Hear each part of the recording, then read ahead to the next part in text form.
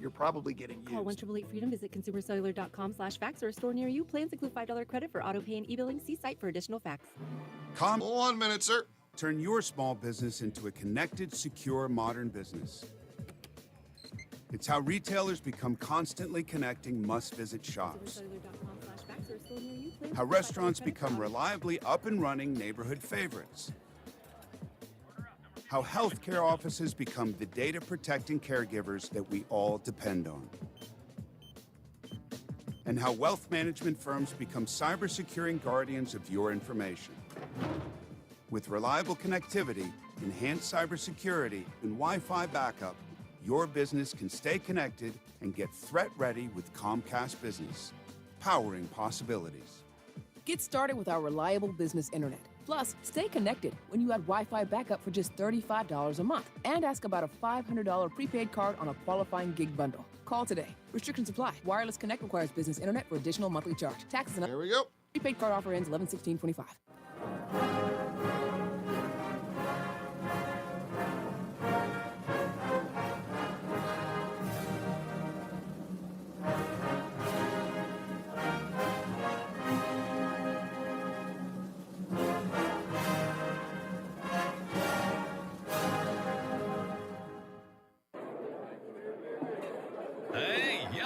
Hey, shh. Calm down. The show is about to start. Reese on the radio. Turn it up. Turn it up low. Turn it up loud. It's like a dream come true. Turn on your radio. Reese is on the radio. Yo, let's get it. Due to the nature of this program, discretion does not exist. It's Reese on the radio. Right now on WTIC News Talk 1080.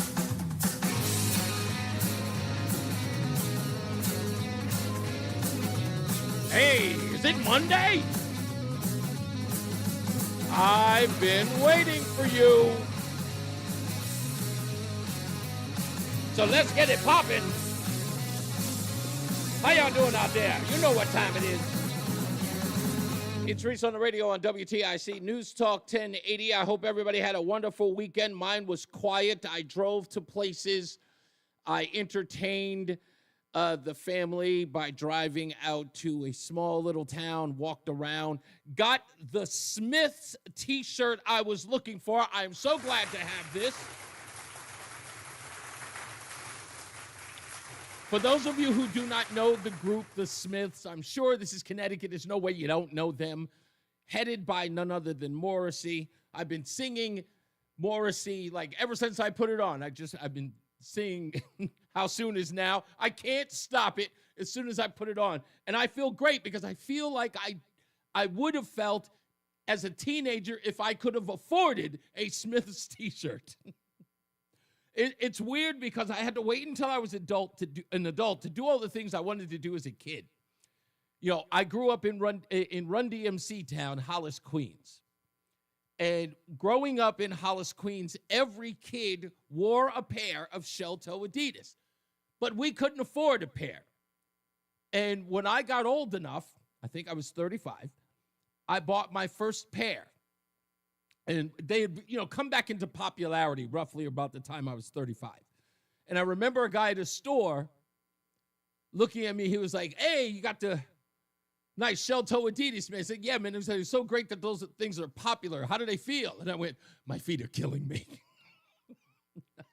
Those damn sneakers had no arch support at all. My feet were killing me. I literally stopped wearing them after I bought that pair. And I really do. I really love those sneakers. I wanted to buy them, and then I put them on, and my arches, they fell like so badly. It was the worst tennis shoe for your foot. I can't believe Run DMC actually wore those things without shoelaces. What are those people, nuts? So I stopped doing that. But then I started buying things that I could afford when I got older. And I could never find a Smiths t-shirt that I liked. And I finally found one. And this is, just like any other Smiths t-shirt. But I couldn't, all of them were just different colors that I didn't like. But I'm doing stuff like that. There's another group that I'm going to wear tomorrow, the Gorillas.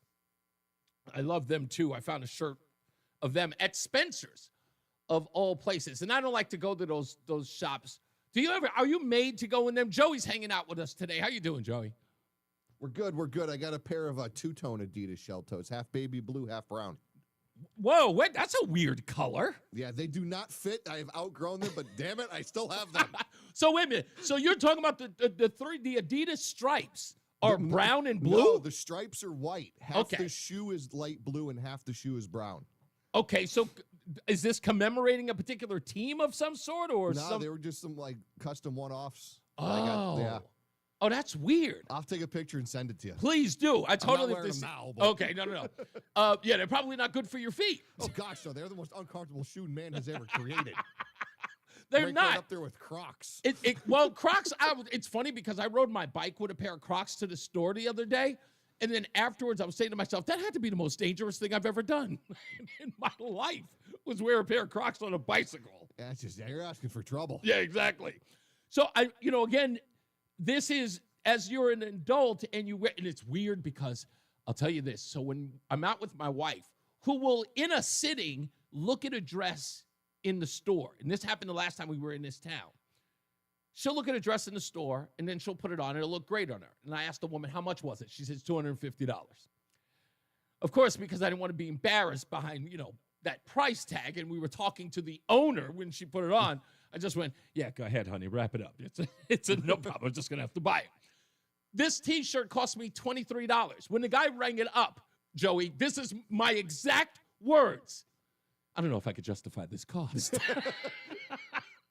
It's that adult money, though. It's wild, right? And it like $250, I was like, I just kind of just looked sheepishly at my wife and just went, yeah, sure, yeah, honey, you can have whatever, it. yeah. Yeah, $23 shirt for me. I'm going, do you have an AARP discount? Yeah.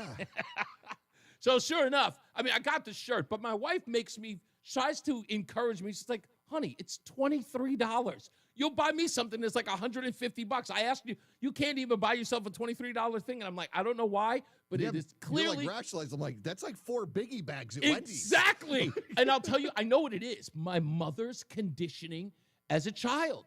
Because my mom's go-to was, we can't afford that. So even when I have the money, I still treat it like I can't afford. I think I'm a miser. I think it's official. I think I'm a miser. I'm holding on to every penny unless my wife asks for it. As soon as she says, I want to buy it, no matter what the cost is, I go, sure. I bought her a stuffed animal yesterday. This is a grown woman. And now we actually have stuffed animals in the house. And I have no idea why, but it's insane. It's a shaped throw pillow. Yeah, that's exactly what it is. You wore those in public. The Crocs or the Adidas, Wendy? I did. Yes, I did wear the Crocs in public. My ex-wife saw me one day, by the way. My ex-wife saw me, and we were together for 10 years. She saw me in a pair of Crocs, a pair of shoes I would never be caught in. And she sees me at one of the like local Costco's, and she goes, "Are you wearing Crocs?" And I went, "Yeah." She goes, "Oh, I can't wait to tell your friends." And she sure did. She told all my friends that I was wearing Crocs, and they humiliated me. They said, "You're wearing Crocs?" I'm like, "Yeah, what's wrong with them?" And now I wear them everywhere. I do. I wear them everywhere. There are the most comfortable shoes in the house. I will say that. In the house. Not when I'm running errands. No, I can't. You can't wear them? I can't wear colanders. They are colanders. That's all they are. I'll tell you the worst time to wear them, you have to check the weather. Because I've worn them when it rained and didn't know it was going to rain, and it was pouring rain. And that's the worst feeling. A pair of Crocs while your socks are soaked, the worst feeling ever. Yeah, one of the kids wore them on vacation. His feet got like speckled suntans. Well, you look like you got leprosy, bro. That is so true. Yeah, that's why I always wear them with socks just for that reason alone. But, my feet are really, really light, so I don't like wearing anything without socks. I don't want anybody to see my feet. That's weird enough. Anyway, I want to get into this. I have to say this before we leave. I want to say congratulations to Mayor Eric Adams, and I have to do it. Mayor, it was a good run, but it was a horrible run. There was no way you were going to be reelected, and not even if Mamdani was in the race. This is not about Mamdani. This is about Eric Adams. The only way this city can go is south. It was there when Bloomberg, as soon as Bloomberg became mayor, we knew, I knew, all of us knew that New York was going to go right back to what it was in the awful 70s, and it's about to get there. After Bloomberg, you got de Blasio, Bill de Blasio. When I heard that his wife was some radical leftist, I knew that de Blasio was going to turn that whole city into a dump. And sure enough, he did. And then after de Blasio, you think that the city would go, we need an improvement. No, it said, forward on we go, and then brought in Eric Adams, who turned out to be a colossal mess, wasted money, wasted resources, turned the confidence of the city into a socialist haven for the likes of Mamdani to be celebrated in New York. And if I may say this, look, this is the saddest part about it, is that the only person who can save the city, there is one man. There's one man who can save New York from itself. And sadly, it is the Raspberry Beret himself. It is. He wore a raspberry beret. That's going to save you. This guy is a comic book. He's a comic book character, Curtis Sliwa. And people are celebrating him like, oh, this guy's going to save this. I'm sorry. But if that's the saving grace, maybe Sliwa will be great. Maybe I'm missing something. I don't think so. New York does not want Sliwa, even if he is the best thing for the city. Mamdani is your man. He is going to destroy that great city, and we're all going to watch. Folks, if you are in New Haven, maybe even Greenwich, what I would say right now is go out and get yourselves an industrial pair of binoculars, or maybe one of those ocular what do you call it? Oh, goodness gracious, the name is escaping me. But whatever it is, just get yourself something that you can see in far distances. But I want you to watch from Connecticut as that city burns to the ground. Our sins are going to go up. Oh, they will. Trust me, they will. That's how people respond. When it becomes dystopian, it begins with the fires, inexplicable ones, out of nowhere. In areas far and wide, you will just see smoke pillowing into the air once this man becomes mayor. Telescope. Thank you, Michael A. I don't know why I forgot that word. But grab yourself an industrial telescope, one that will help you see Neptune or Uranus, because that's what's going to happen in New York. You are going to see that place crumble. No businesses will show up there. They will all leave. They will run. They will scurry. And they will beg for help. They will scream to Washington, someone save us. And Donald Trump will say, maybe not. He'll remember exactly how you treated him. And he'll have the right to. He'll have the right to tell New Yorkers, what do you want from me? You deserve the government you elect. Mamdani's going to make it all happen. I can't wait to see how the bodega owners respond with government supermarkets. I can't wait to see how badly they respond. Oh, they will respond. They definitely will. How about the Jewish community? What will happen under Mamdani in the Jewish community? I don't know, but I can pretty much expect a lot of pro-Palestine protests outside of every synagogue you could think of in New York City, to the point where people will be afraid to go outside. It'll be globalized, the intifada, every Saturday. It's going to be that bad. Because once Mamdani wins, it will give license to everything. And we're here to watch it. That's right, Lori. Letitia James and Alvin Bragg will not help you. They will cheer this on. They wish to turn this asylum over to the maniacs, the activist class. In New York, the pro-Palestinian protesters who say globalize the intifada, that's the base. That is the radical left base that is going to get Mamdani elected, that will keep Alvin Bragg in power, who will just drop charges on violent offenders, even when they're caught on video, as you learned from our guest last week, Savannah Craven Atow. That woman was punched in the face, left bloody, caught on camera. Got the woman on camera, got the woman celebrating it on camera, and they dropped the charges. What do you think Mamdani's New York is going to look like? I told you folks that Snake Plissken will not be able to save that city. It's over.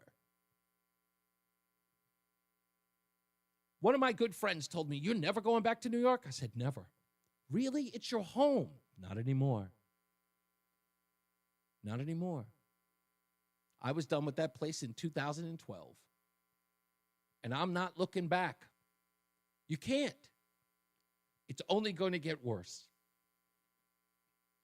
So Eric Adams decided that he was going to bounce, saying that there's so much that he could have done, but he could not, and left the race. Despite all we've achieved, I cannot continue my re-election campaign. The constant media speculation about my future and the Campaign Finance Board's decision to withhold millions of dollars have undermined my ability to raise the funds needed for a serious campaign.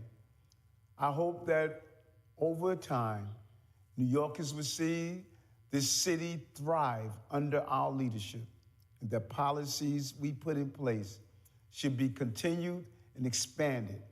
I hope you will see that despite the headlines and innuendo, I always put you before me, always.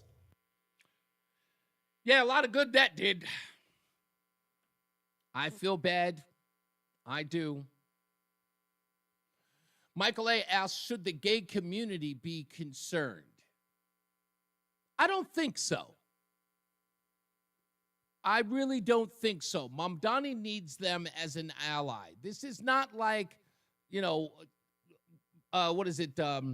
Michigan. This is not like Dearborn. Mamdani's got other plans.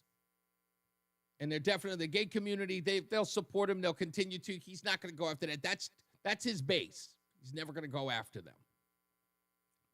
But the other folks, if you're wealthy, if you're white, if you own businesses, you're a target under this administration.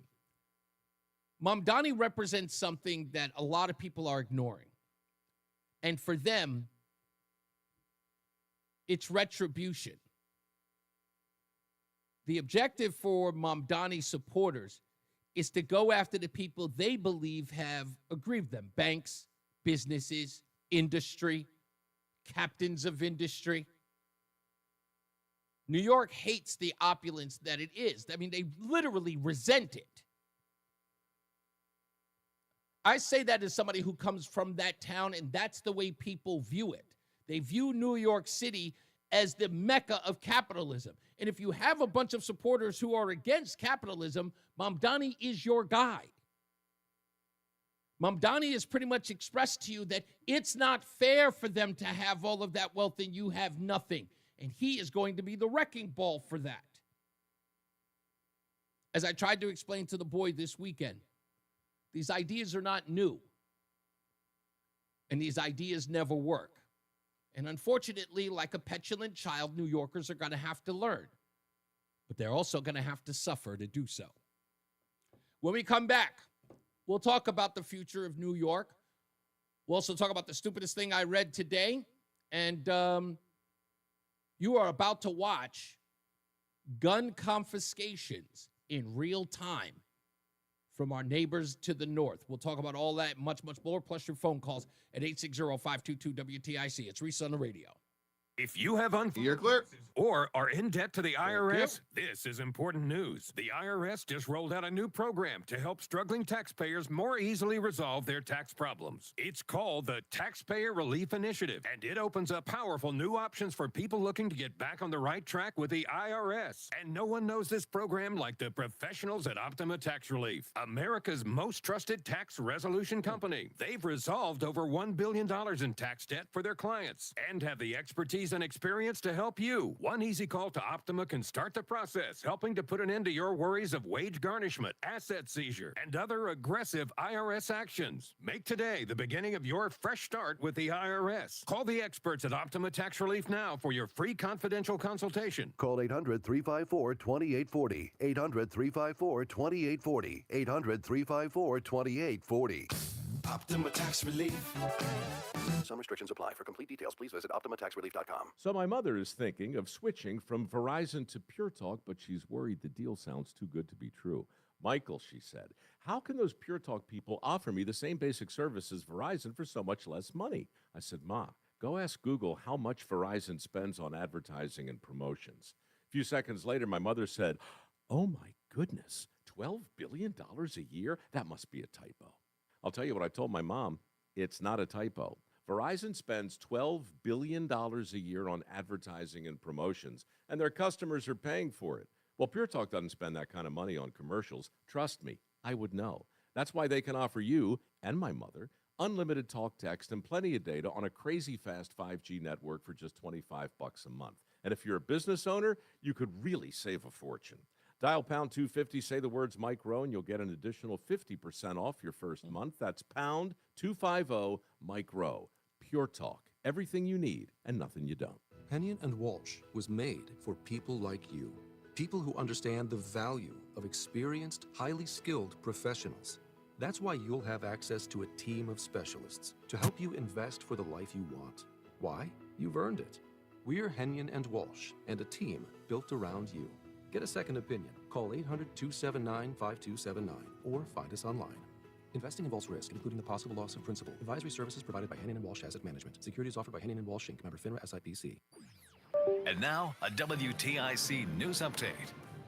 It's 2:30. Good afternoon. I'm John Silva. WTIC 1080 News. Partly sunny, 78 degrees. Bob Cox with the forecast details coming up.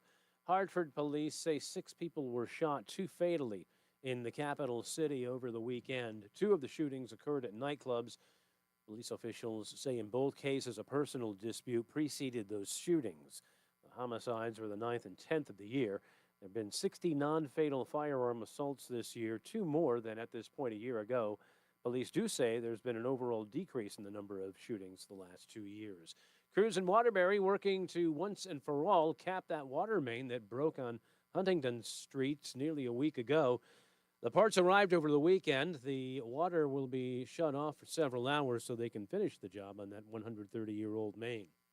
Authorities still combing through a church north of Detroit, looking for any more victims. Former U.S. Marine opened fire on the Mormon church and set it afire on Sunday. 4 are confirmed dead. Meantime, a decorated Marine combat veteran is scheduled to appear in court following a mass shooting that left 3 dead and 5 people injured at a waterfront bar in Southport, North Carolina. 40-year-old Nigel Edge is accused of firing an assault rifle from a boat. Saturday evening, Edge was arrested shortly after by the U.S. Coast Guard. Looks like they are still working on that crash in Farmington, multi-vehicle crash. Had the highway shut down earlier today between exits 37 and 36 eastbound. But DOT says now the right lane is closed and they're still doing some emergency road work maintenance on that stretch of the highway. A New York Giants star wide receiver Malik Neighbors is done for the year. The 22-year-old tore his ACL going up for a ball in the second quarter of New York's win over the LA Chargers on Sunday. He was carted off the field after his knee buckled. Neighbors led the Giants in receiving his rookie year, catching 109 balls for over 1,200 yards and 7 touchdowns.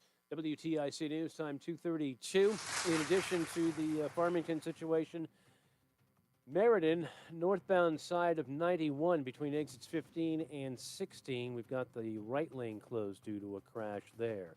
Meteorologist Bob Cox with the WTIC Weather Center forecast. Warm and dry weather with above average temperatures continue this afternoon. Highs around or a bit above 80 under mix of sun and high clouds. Light wind. Partly cloudy tonight, lows in the 50s to around 60. And more of the same Tuesday with a mix of sun and clouds, the high approaching 80. A cold front will drop down from the north and pass through the area late in the day, Tuesday or Tuesday evening. So behind that, it becomes clear and cooler Tuesday night, lows in the 40s. Wednesday's the first day of October, and it'll be mostly sunny with highs in the 60s. Thursday looks much the same. Friday, mostly sunny with a high around 70, and we'll keep it sunny over the weekend with a warming trend. I'm meteorologist Bob Cox in the WTIC Weather Center. Dow's up 35 points. NASDAQ's up 124. S&P is up 17.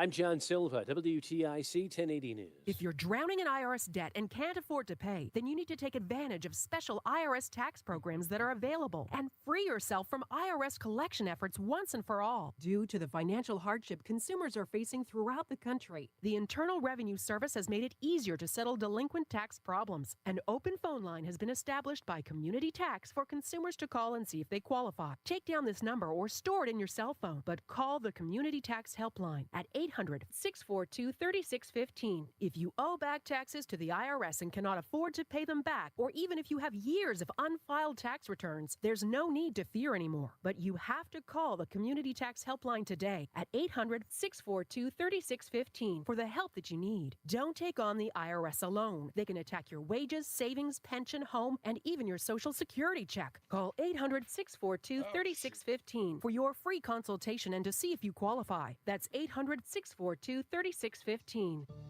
Working as a dedicated Fidelity advisor, I always ask, what's important to you? Back in 2 minutes. Priorities and You goals got it. Thank you. alongside your full financial picture to build a comprehensive plan designed to help grow and protect your wealth. With proactive portfolio insights and an eye on taxes, I'm here to help you make the most of your money. I'm Laura Maxwell, and I'm a dedicated Fidelity advisor. Learn more at fidelity.com/wealth. Investment minimums apply. Fidelity Brokerage Services, LLC, member NYSE, SIPC. Staples presents That Was Easy. So I'm a plumber and needed to get work in the door. So business was going down the drain? Yeah, I went to Staples. They printed yard signs, business cards, even flyers to leave at supply stores. But at what cost, man? Well, I saved $125 on my order, and now I'm booked solid. Boom! Back at ya. For your business printing, Staples. That was easy. Now save up to $125 on custom print orders. Valid in-store and online. Ends 11/1. Exclusions apply. Visit staples.com/print for details. House stealing. It's a nightmare that's real. It's the FBI's term for thieves stealing your home's title and draining your equity. Just one fake document filed with a recorder, and scammers can own your home on paper, drain your equity, and do it all without you even knowing. Imagine waking up to a foreclosure or eviction notice. Listen to former title thief Matt Cox. What people don't realize is the ease in which this crime can happen. I can take the deed to your house and I can transfer that deed into my name. It's a great crime, and it's happening all the time. So how can you stop the nightmare and protect yourself? Find out if you're already a victim now at HomeTitleLock.com. Use promo code RADIO and get a 30-day free trial of their $1 million triple lock protection, a title scan, and access to a title specialist, a $250 value. Don't wait. Go to HomeTitleLock.com now. Promo Here we go. Radio. Listen to WTIC News Talk 1080 on the Odyssey, iHeartRadio, or TuneIn apps. We're back. Reese on the radio on WTIC News Talk 1080. And what did Matteo say? He said most liberals would rather live in misery than admit that they were wrong. I don't know. Maybe a lot of people in New York City will have the option to move. I suspect many of them will not move really far away. I expect Hudson County in New Jersey, or what's called, I guess, the Hudson side of New Jersey, areas like Edgewater, Hoboken, Jersey City, a lot of people will move in there if real estate companies are smart or developers are smart. They'll build more, which they've already done in a lot of cases.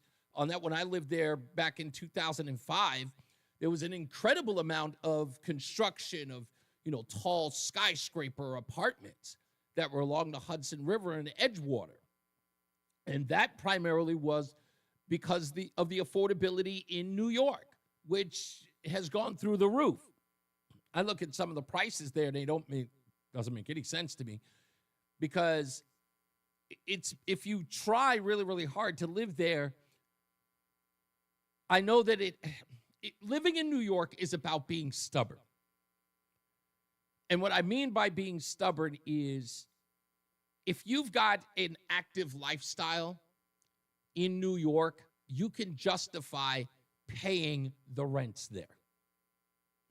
So your friends are there. Where you go to work, of course, is there. Where you go to hang out, your coffee spot, or being able to get pizza at 3 a.m, crazy stuff like that. When you're young, you can justify that kind of ridiculous spending to live there. And you can do 2 or 3 jobs to do it. And not only that, you have guys who, people who do gig stuff on the side. And they can afford, I shouldn't even say they can afford. They struggle, but they make it happen. And they complain about it, but they get to say they live in New York City, which is a status symbol. And I know that when I lived in the West Village, I lived on 7th Avenue and 12th Street, across the street from the old St. Vincent's Hospital, where ironically my son was born. And it was a doorman building. I lived with my girlfriend there at the time, and none of my friends could believe I lived in you live in a doorman building? I was like, yes. And not a doorman building, just some schmo holding the door. The guy had a uniform.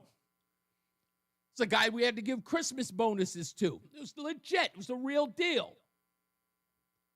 And I lived there for about 1.5 years. I also used to live in the East Village. I used to live in Avenue D and 8th Street. That was pretty bad. But I lived in Manhattan, what they called Alphabet City, which is Avenue A, Avenue B, Avenue C, and Avenue D, starting at 14th Street, working its way down to Houston. And every one of those letters represented something. A for arson, B for burglary, C for crime, D for drugs. That's what we called Alphabet City. For those of you who do remember, you might remember a little movie called The Last Dragon with the villain named Show Nuff. I know Joey remembers this movie. I depend on Joey to know this movie. Joey, don't tell me you don't remember The Last Dragon with Show Nuff. Yeah. Okay. Do you remember the name of the pizzeria? Oof. No. It was Lenny Green's Pizza. That was the name of what's the name? Tamok, the Last Dragon's father. He owned the only black pizzeria in New York. The black-owned pizzeria in New York. That was down the block from my apartment. Nice. Oh, and it was famous. Even though it was owned by another company, it stayed famous because it's from the movie The Last Dragon. Lenny Green's Pizza, that's right.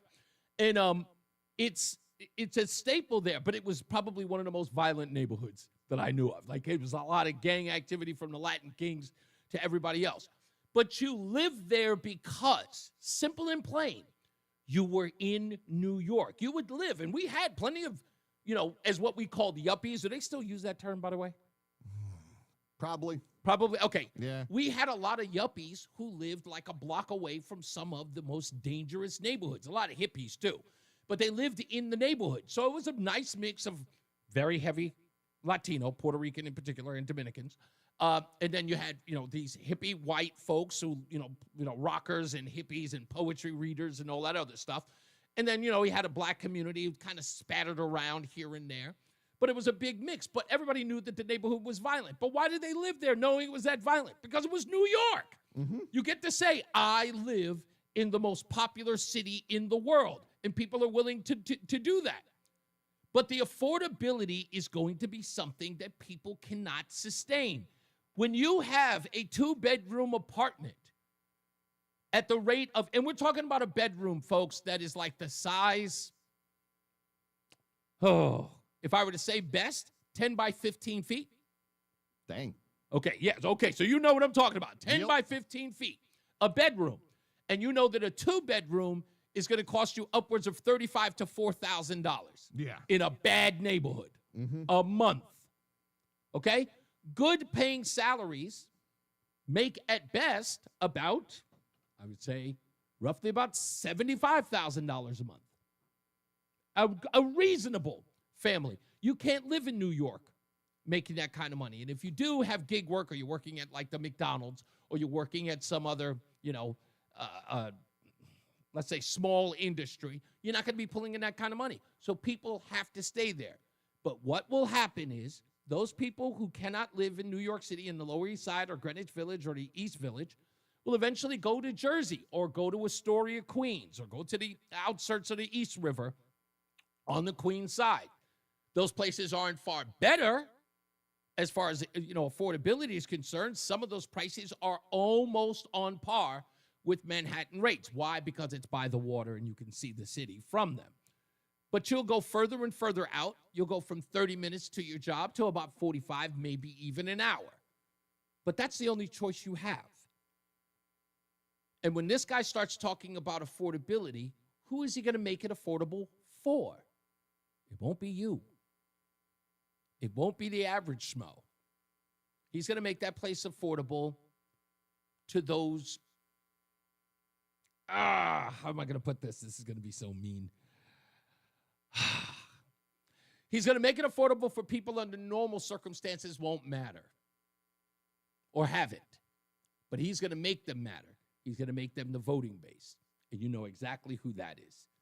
That will be the immigrant community, because they're the only community that matters. They're the only community to this particular politician that matters at all. It's the same case with Lamont, same case with Blumenthal, same case with Murphy.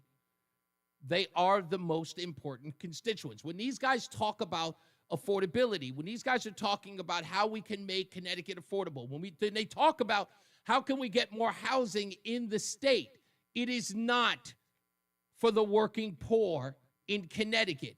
It's how can we get this affordable housing for the people who matter most. And those are the people who are going to be the voting base. And you can tell that because you can listen to what they say, or in most cases, what they don't say. By the way, I'm going to give you an example with Justin Elliker in the next hour. He was on Dennis House's program on WTNH this weekend. And what he said on Dennis House's show should make him unelectable. But no one will notice it. But we'll play that audio. And if I'm Stephen Orozco, I would have listened to that interview and I would have cut 3 commercials, one of which I'm going to show you today. Because Justin Elliker on Dennis House's show proved he cannot manage New Haven at all. It's a welfare city. That's what it is. That's what New York is going to become. And that's what a lot of major cities in the country are going to become. And that's what they're looking out for. When you hear this nonsense about winning in 2028 or winning in 2026, what they're trying to do is turn these cities into welfare cities.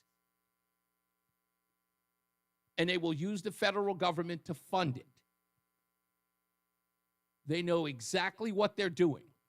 And we'll break that down also in a little bit. I noticed something yesterday. Was it? Yeah, it was yesterday. And this article about the Hartford, from the Hartford Courant, talking about college campuses that are concerned about the Trump era, which, by the way, I'm seeing that sort of headline everywhere. Everything is being viewed from the Trump era. I'm going to talk a little bit about that today. But this particular article It's talking about how college campuses are nervous about how they do their jobs as teachers after the assassination of Charlie Kirk. I want to break that down because the article, the people they spoke to said something I thought was really scary, that they admitted it out in the open. Not that so much it needs to be investigated, but it needs to be watched. That these college campuses and the teachers there are concerned about the atmosphere after Charlie Kirk for reasons that were made public by Chris Murphy. And sometimes I wonder whether or not these folks realize how much they expose themselves when they talk about their fear. You might remember last week I said Democrats always show us what they fear most, and in some ways it's an indication that, you know, it exposes who they are. This is one of those cases. And this Hartford Courant article is lengthy, talking about the fears that are happening on college campuses, as they put it, in the Trump era.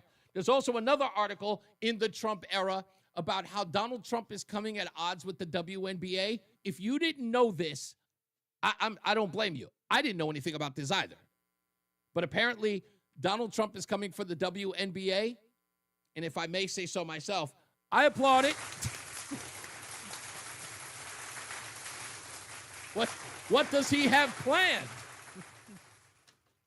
Oh, and later on, for those of you who are making hay of this story, keep it sports themed. For those of you who are making hay about the Bad Bunny halftime show controversy, if you would give me a chance to explain this to you in the 5 o'clock hour, why this isn't a story, because that's being also displayed as an anti-Trump issue. It turns out that the strategy of the left is to make everything anti-Trump. From the news media to television shows, all of it has got this theme that is based or cooked with the anti-Trump theme. I'll talk about all of that as well when we get to it. When we get to it later on in the program. We've also got headlines. Stupidest thing I read today involves a tour bus, which shows you exactly how crazy all of this stuff has become as of late. Joey, do we have Mark Christopher in today? Yes. Okay. Who is in for weather? Do we know if it's Bob Larson yet? Good question.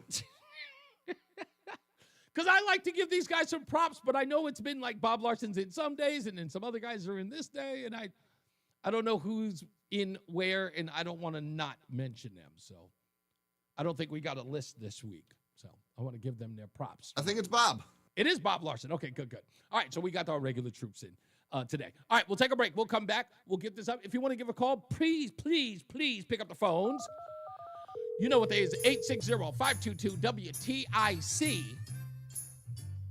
860-522-9842. We'll take your phone calls. It's Reese on the Radio. We'll be back on NewsTalk 1080 WTIC. Life can be full. You're clear. Thank you. One thing you shouldn't take a risk with ever. I had to go listen to the weather real quick. If you're self-employed or you now need affordable health insurance, you need to make this free. I think Mark is off next Monday. Health Insurance Helpline can help. You're 100% right. He sure is. We specialize in helping the And Rose off, so I think Justin's covering next Monday. Health insurance to get it. We have short right. long-term health insurance plans, and some even cover dental, vision, and prescription drugs. Don't take a risk with your family's health insurance. It's not worth it. If you're self-employed or now need affordable health insurance, call right now and learn for free how to get it. Listen, affordable health insurance plans for everyone just like you are a free phone call away. So give us a shout right now. 800-659-7540. 800-659-7540. 800-659-7540. That's 800-659-7540. This is Dale for Northeast Men's Health, where we've successfully treated thousands of men for low testosterone and helped them feel like their old selves again. Please take a moment and listen to how we help Kurt. You're supposed to be on fire as a person. You're supposed to want to get things done. I started having anxiety out of the blue, low libido, brain fog, not feeling driven. Literally had to push myself every day to get up and get things done. I was driving and I heard Northeast Men's Health on the radio, and the first consult seemed reasonable. So I decided to give it a call and made an appointment. They found that I had low T, and after that, it was like a light switch got turned on. I've been a patient at Northeast Men's Health for about 9 months now. Everything's gotten a lot better in my life. Energy, feeling, just work, a whole lot better. Even my kids notice. They're like, Daddy's got energy, Daddy's ready to go. If you don't feel like that, I would suggest calling Northeast Men's Health. Thanks, Kurt. It's true. Low T therapy will likely change your life. Your initial appointment is only $99 with results in minutes.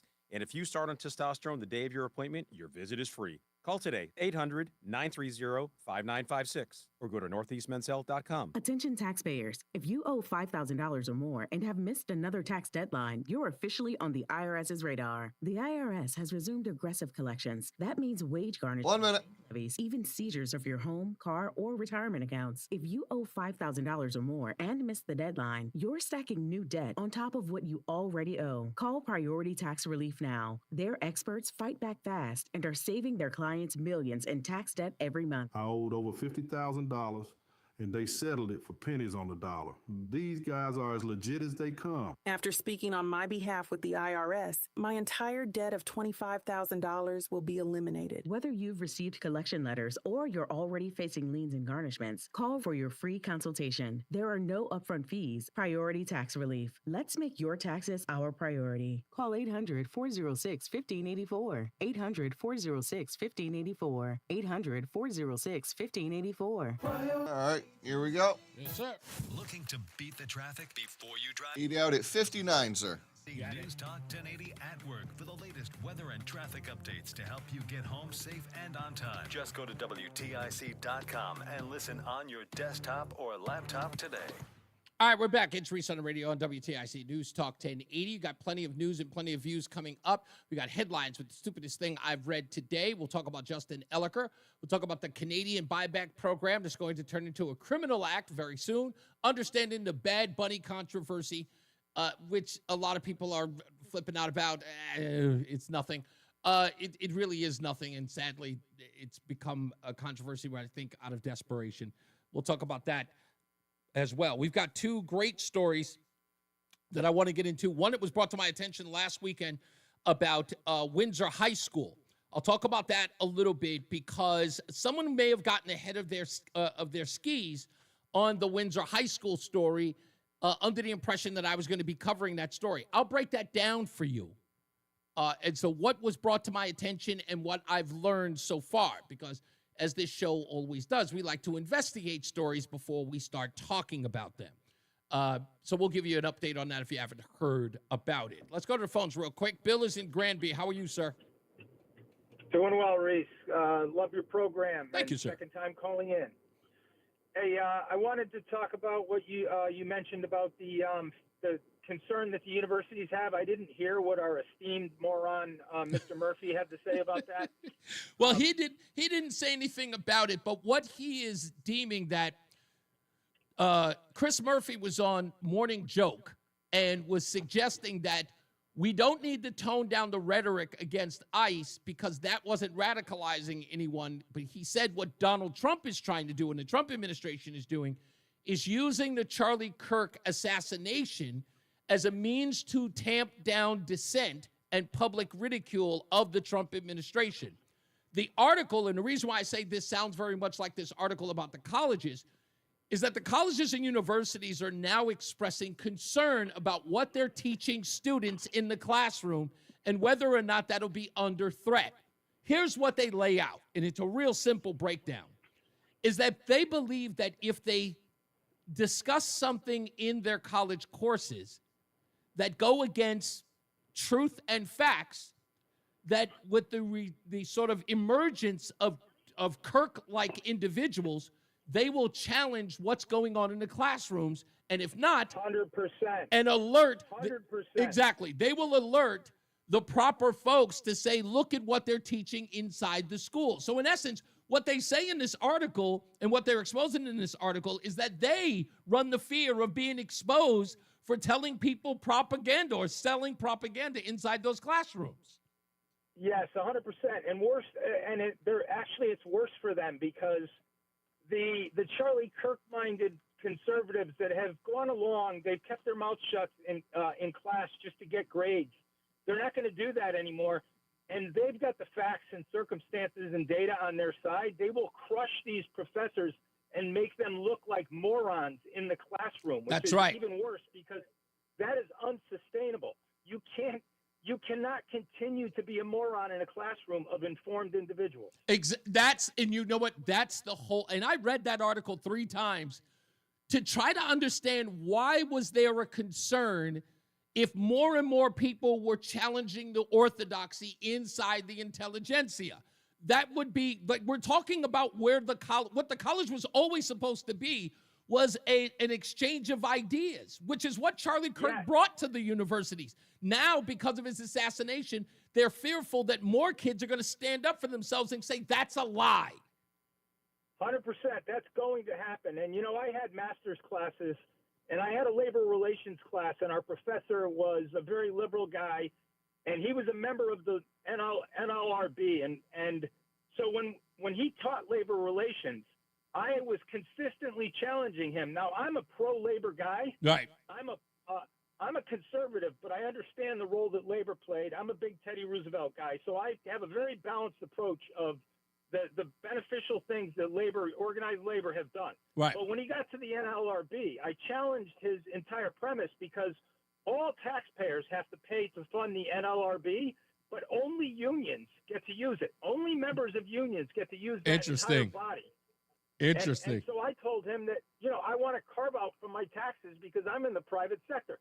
But to his credit, he allowed that discussion to happen, even though he didn't agree with it. Right. And he didn't ding me on my grades. And that's the way it's supposed to be. Exactly. 100% right. I'm glad look, I was worried about the time.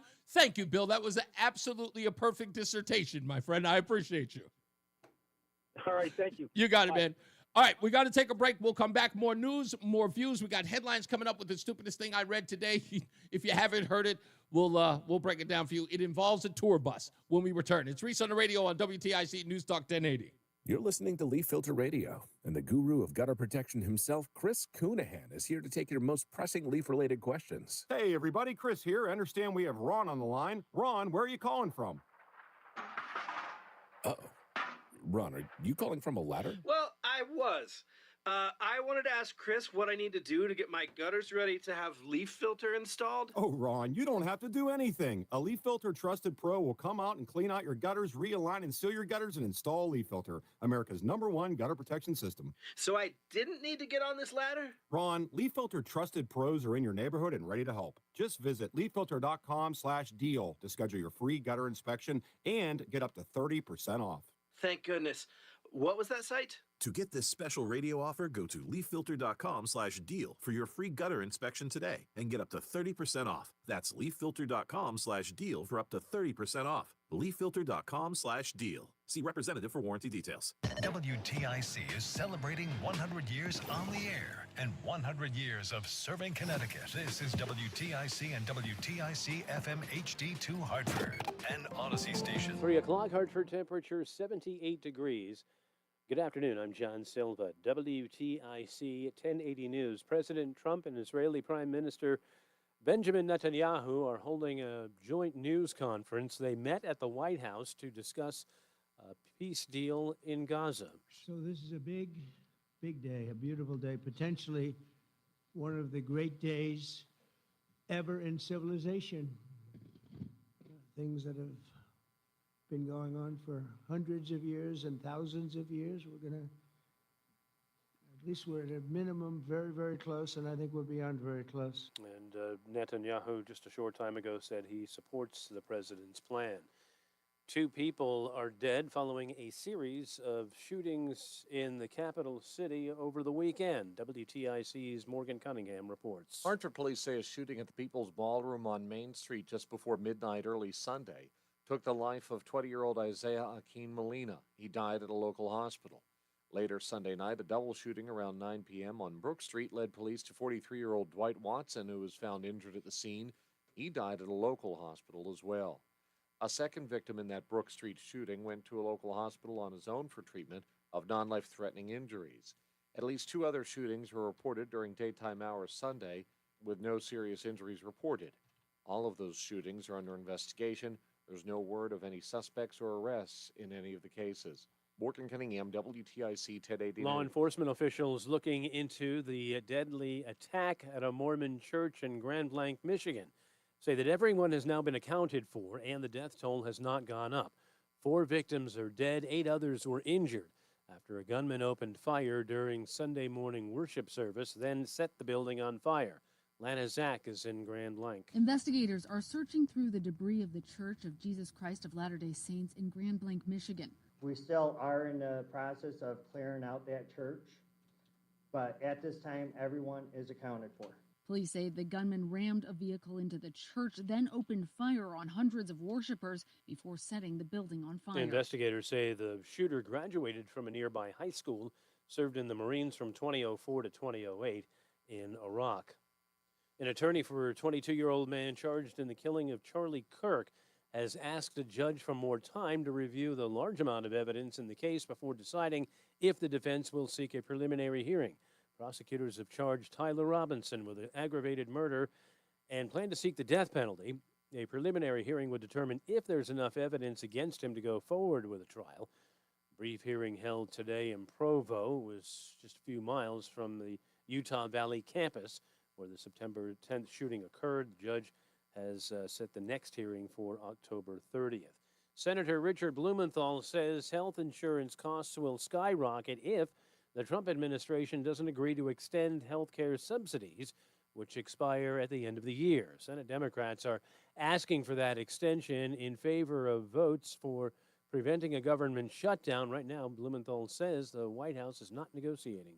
The refusal of Republicans to work with us on extending the health care insurance subsidies is dumb and cruel and needlessly, recklessly pushing us toward a fiscal cliff that will damage the economy for everyone. The officials in Waterbury hope crews are putting the finishing touches on repairs to a water main that broke nearly a week ago. Parts arrived over the weekend to complete the job. The water has to be turned off for crews to complete their work. Mayor Paul Pernaruski addressed a boil water edict. The boil notice is still in effect, so if your pressure had dropped, you should continue boiling water until we're done with this process. Yeah, well, and then they say the main dates back 130 years. The mayor says take about 6 hours to finish all the work. WTIC News Time is 3:04 from the WTIC 24-hour traffic network.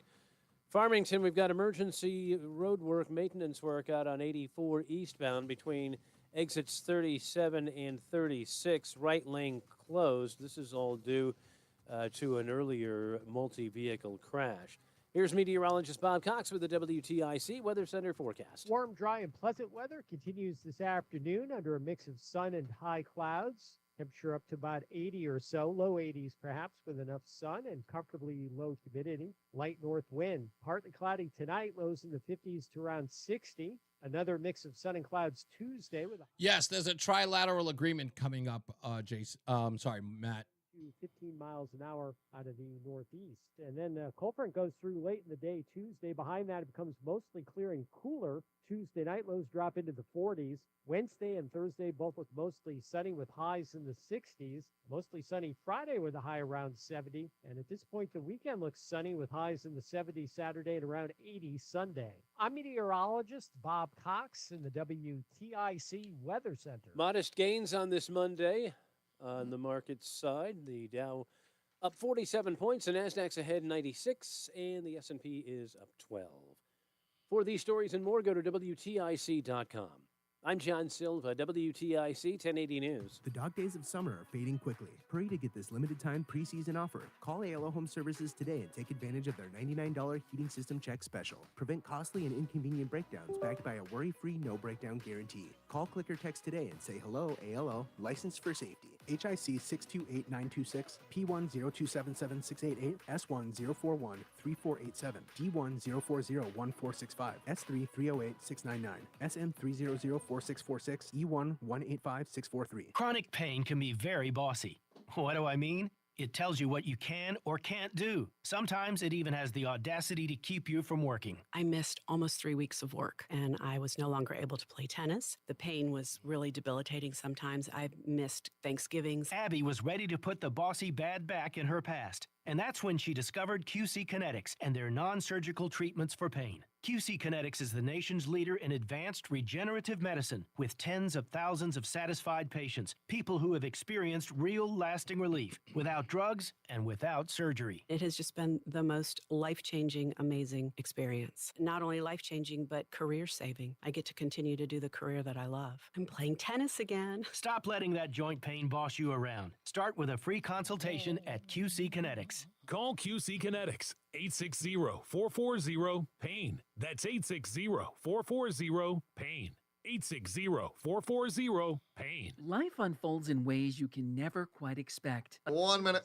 A death Thank in you, the sir. family, a personal injury. Each time you are left searching for someone new to trust. But what if you had a full-service law firm that knows you and a firm that can represent all your legal needs? With BPS Lawyers, you get more than a lawyer. You get a full-service law firm. Visit bpslawyers.com. BPS Lawyers, your lawyers for life. Proud full-service law partner of Yukon Athletics. Nick Payne-Dearest is responsible for the content of this ad.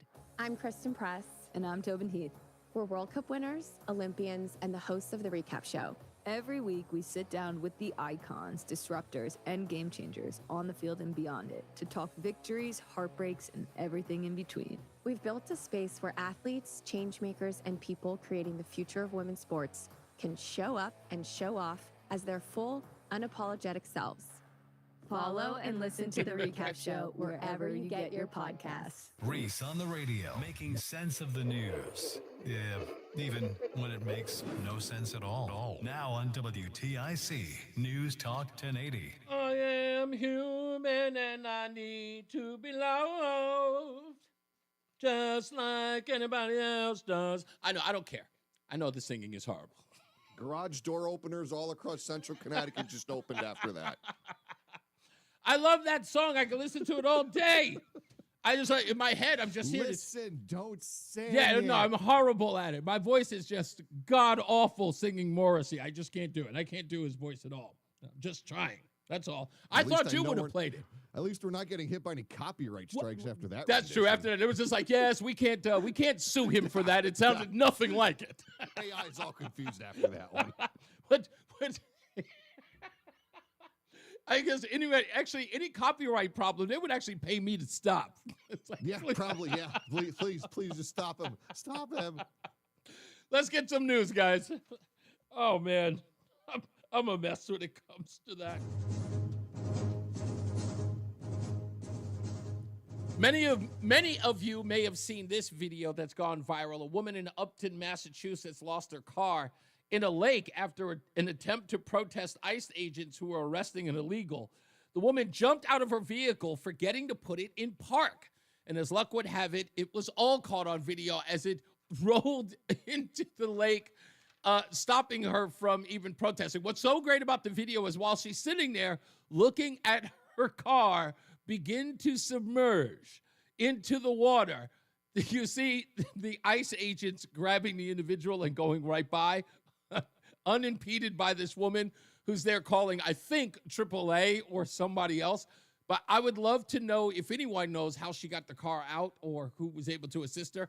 There's no reports on who she is. I'm sure she didn't talk to anybody or give her name or anything, but it is a great video to watch. Just go look it up. Senator Chris Murphy took a swipe at Democrats who are holding on to money that they've raised and not doing more than holding it over for their next election, bragging that he's donated $1 million to activist groups, including a paltry $100,000 to the group Indivisible.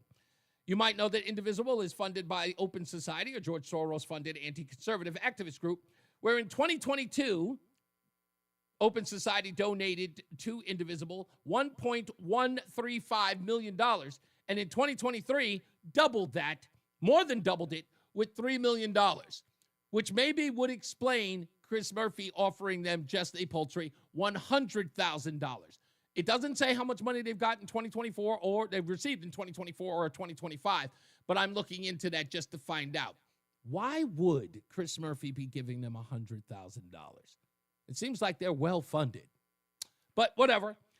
Ariana Grande is getting into the political back and forth with Trump supporters.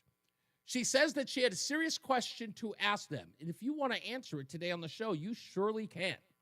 She asked this question, quote, I want to check in on Trump voters. I have one very genuine question. It's been 250 days now that immigrants have been violently torn from their families and communities, have been destroyed. Now that trans people have been blamed for virtually everything and live in fear, now that free speech is on the brink of collapse for us all, has your life gotten better? I think I can answer this for you. I'm sorry. I just think I could.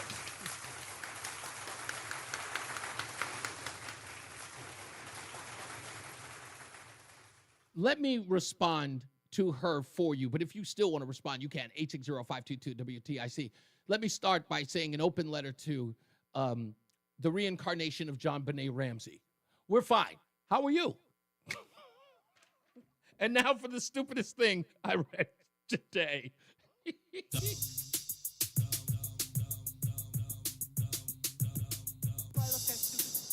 you do. Stupid as can be. This could very well be the stupidest person on the face of the earth. Rapper Ice Cube may have to travel incognito in the future, that is, due to obvious stupidity by anti-ICE protesters.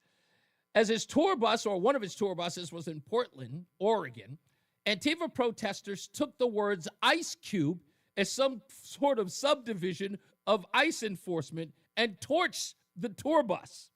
This was the crew's tour bus because Ice Cube did respond to the event, stating that wasn't my bus, it was a crew bus parked in front of the hotel. Everybody was upstairs sleeping, nobody hurt, no equipment damage.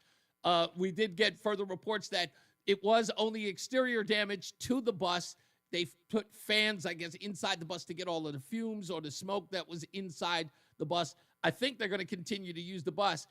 Ice Cube, thankfully, didn't have his personal bus torched because it was in the shop for repairs. But it appears, according to reports, that Antifa folks saw the word ICE on it and decided to torch it just for that reason. But I'm like, who doesn't know Ice Cube and would see his name plastered on the side of a tour bus and mistake that for immigration? Like, who would do something that dumb?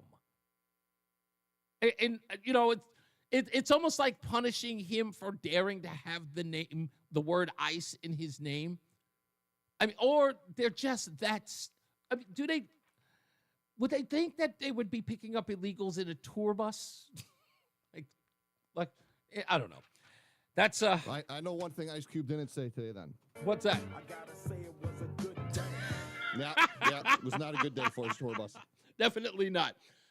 Yeah, so thankfully, his crew was fine. They were in their hotel room. But I don't know.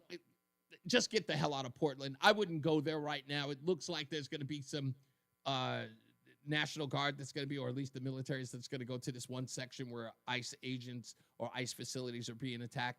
I expect that to happen within the coming days. I do know that federal agents are already in Chicago. We'll see how this plays out. I've not heard anything of significance yet, but that's going on there. Let's go to Rob in Middletown. How are you, Rob?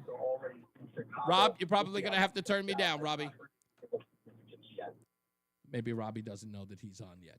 We'll try one more time with Robbie real quick before we go to break. Rob, are you there? Yeah, sure, all the crying liberals. Rob, crying Rob, about what Donald Trump's doing. Oh, he's a dictator. He's going after everyone. Too bad. Karma's a bitch. What goes around comes around. Peter Navarro, Paul Manafort, Michael Flynn, Carter Page. How many of his guys did they take down? If they had another information source other than MSNBC or CNN, they would know. But Rob, you're making a good point. Rob, you're making a good point here. because it isn't like every one of those outfits you just mentioned, CNN or MSNBC, didn't exhaustively cover the Michael Flynn, Carter Page, Peter Navarro, all of it, Paul Manafort, what they did to that man after years of ignoring any so-called FARA violations by him. They exhaustively talked about how the walls were closing in on Donald Trump because of all of these investigations. Poor Brian Ross. Man, they tried to execute that man not once but twice. Yeah, Brian Ross famously lost his job at ABC News. Do you remember what for? No, I don't. Okay, so Brian Ross, and again, think about the irony here. Brian Ross was the chief investigative reporter for ABC News. That was his job. He first made the egregious claim on the airwaves after the Aurora movie theater shooting that the man who shot him, he had investigated, was attached to a 45-year-old Tea Party member. As we all found out, that the young man was in his 20s and had never voted. He was a lunatic that did not match the same description. He then went on his program to send a report that ended up on The View by Joy Behar that Michael Flynn was turning state's evidence on Donald Trump based on Brian Ross's reporting, to which they had to go on the air and recount. They had to recant it because that was never the truth, and Brian Ross had to come on the airwaves and apologize for it, for what they subsequently suspended him for and then fired him after the fact. So you're right. All of this stuff that you're talking about, this was all covered by them. So to act like this new, going after Adam Schiff, going after Letitia James, going after Fani Willis, and going after James Comey, of all people, who, by the way, somebody that's equally despised on both sides, the fact that they would be outraged by this, again, James Comey is the only person who has been indicted. We're not even halfway to the level that they went after Trump folks. Say? And there's a big difference, too, the way they went after Trump folks. These were made-up crimes. What Comey did, he lied to Congress. Yep. He screwed himself on his own testimony. Right. You can't take that back. Well, again, you also have to remember this, Rob, and I do say this all the time. If you are so arrogant to believe that what they did during that time was going to certify Donald Trump would never get in office again, and I think that was part of the hubris, was that, look, he's never going to get elected again, and no one's ever going to find they're never going to be in office so they can investigate this, so let's go ape on all of these lies and these deceitful comments, because we're never going to have to pay for it. And then he becomes president of the United States. And what do you think they all did? They all got on the air and started to say, immediately after he was inaugurated, the storyline became, so do you think he's going to go after his political enemies? I'm like, yeah. I'm like, absolutely. They did it to me. Yeah, absolutely. I want some retribution. This is probably the thing that bothers me most. And tell me if you agree. Don't you want Republicans to just openly tell the truth? To just say, if you think that this is political retribution for what was done to Trump, the answer is yes. Absolutely. Thank you. And I wish they would stop, sort of jumping around and trying to be elusive about it. Because again, if you tell them that, then they can move on. Because that's what I want everybody to know. It's like, yep, this is payback time. And James Comey got awfully gray, awfully quick. Oh, yeah. But, I'll put it this way. Do I expect him to be, Michael Cohen says that he's definitely going to be found guilty. I don't think these charges are going to be it. I think we've got some other charges coming. Oh, I think Christopher Wray's next. Oh, I can only hope. That's the one I want too. Is that your? Who's your big fish, Rob? If I may ask. They got him, but Wray's number 2. Okay, so Comey's your number 1, and Comey's number 1, and Christopher Wray's your number 2. And I want the good doctor too. That's my number 1. That's my number 1. But I'm glad he's in your top 3. Maybe that is my number 1. I just hate Comey for what he did to Martha and everything with all that. So yeah, I agree. I agree. Thank you, man. Good talking to you. And Oh, sorry. and Go ahead. I was calling the grind on you a little bit because that clock was running out, brother. But you hit that game 1-3. I appreciate you, sir. Thank you. You called it again, man. I don't know how you do it, but you did it. Great show, man. Thank, I love you. Thank you, man. I appreciate you. Yeah, I told people didn't believe me that it was going to happen. This is what I tell people. You gotta just wait it out. I analyze this stuff for a reason. I would tell you right off the bat, never believe a word that comes out of my mouth if I get one of these wrong. I still got a big one. I'm going to bring my ex-wife in because I got a big one because she'll tell you, because I will not coerce her. I'm going to tell you what my big prediction is, and it's been at least right now, it's almost 30 years, and the prediction hasn't come true yet, but it will. I promise you it will. Let's go to Tim. What's going on, Tim? My big one is B.O. Barack Obama. I don't think. Okay, so look, I don't know if you heard me say this last week on the Barack Obama front, and I say it for even Hillary Clinton. I would prefer their public reputation to be that of Kamala Harris going forward. For me, because look, there's no likelihood either of them are going to see a perp walk or a mugshot.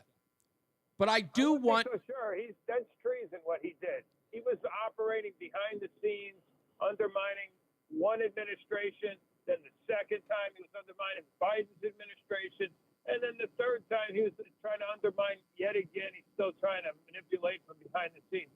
That dude, if he were smart, which he's not, he would just go away. I wish he would too. And but he said, I don't even understand why he's still got to make a check because he's got plenty of money from all of the books he sold and he's doing quite well. The money he stole from Iran. I would even go so far as cashed in that pallet full of money. He took his skim off the top. I guarantee you. What was 24 Martha's Vineyard. What was Barack Obama's famous line? At what point? What did he say? At some point, how much money do you need? Right? That guy, $15 million home. But I believe his reputation, as it's Hillary Clinton's, I think that their reputations need to be rubbish in the sense of Democrats can't even touch them because they've exposed exactly who they are to where people are like, nope, don't want any parts of you anymore. Because then the influence of the Democrat Party is over. I think that's already true with Hillary. There's a lot of people who I know who are hardcore Democrats, and I voted for Bill twice. Yeah. I would never vote Democrat again. But that's my number one argument is I say, you know what? I had to jump ship when they said Hillary was. You know why Hillary got the nomination? Because it should have been John F. Kennedy. She killed John F. Kennedy Jr. Everybody believes that.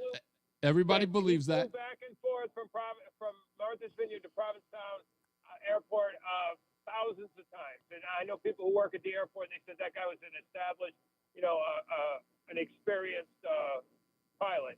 And he gave that commencement speech there, not a commencement speech. He gave the speech at the DNC, and they all said he was a shoo-in. But without a doubt, thought she was entitled. She thought she was entitled. And why do you think they killed Charlie Kirk? For the same reason. They can't have a legacy coming up and coming. You know what I mean? They just can't have it. Kirk would have been. I still believe I agree with a lot of people that say that Charlie Kirk and the momentum that guy had, without a doubt, he was 2032 at best as a Republican candidate at best. So, or maybe an independent. The way things are going, you know what? Even I'm against it because you don't get to vote in the primaries. But, I'm really not a Republican anymore because the rhinos have just taken that party over. When you see these votes and you can't get Rand Paul and all these other guys, they go, well, what are you possibly thinking that you wouldn't stick in Collins there and Murkowski?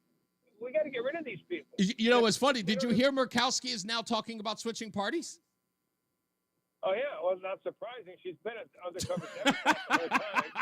Yeah, I know. When I heard the story, they were like, surprising. Murkowski says she might become a Democrat. I'm like, the rest of us, we thought she already was.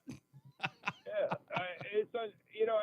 And I feel bad for saying it, but the Republican Party kind of has left us too. The Democrats are just the face of evil, but the Republican Party's, You mean you're talking about the old guard? You're talking about the old guard. Exactly. Yeah, the old guard has Part of lost the its way. swamp. Yeah, it has. Mitch McConnell, even what's his face there, the guy from South Carolina, who I used to like. Ooh. He's I can't think of what his name is. Senator? Yeah. I know you're not talking about Tim Scott. No. Oh, Lindsey Graham. Lindsey Graham, exactly. Okay, first of all, that guy changes his opinion like the wind. I'm never. Yeah, Rush Limbaugh was the one who hipped me to the jive that is Lindsey Graham, because that guy, talk about being a chameleon. I can't deal with that guy. I can't at all. Thank you, Tim. I got to go to a break soon, man. All right. Thank you, buddy. Yeah, Lindsey's definitely. Somebody said what happened to him is John McCain died, and then that gave him permission to pretend to be a Republican. I kind of agree with that. Anyway, when we come back, we'll talk about Justin Elliker. I've got some audio on him that Orozco should use as a commercial because Justin Elliker on Dennis House's program this weekend pretty much openly said that New Haven is a welfare city. And we'll get his own words. So stick around. We'll be back. Reese on the Radio on WTIC News Talk 1080. Actual price will depend on product and You're clear. Products are compounded drug products, which the FDA does not approve or verify for safety, effectiveness. I'm going to step out real quick. I'll be right back. You got it. Consultation with a healthcare provider who will determine if appropriate. See website for details, restrictions, and important safety information. Want a boost in and out of the bedroom? Hims has you covered. Introducing a new 2-in-1 approach to level up your game. Tadalafil for better bedroom performance and zinc for testosterone support. Put it all together and you've got what you need to turn things all the way up. Getting started is simple. Just go to hims.com/joy to start your free online visit. Through Hims, you can access ED treatments including pills, chews, and more. 100% online.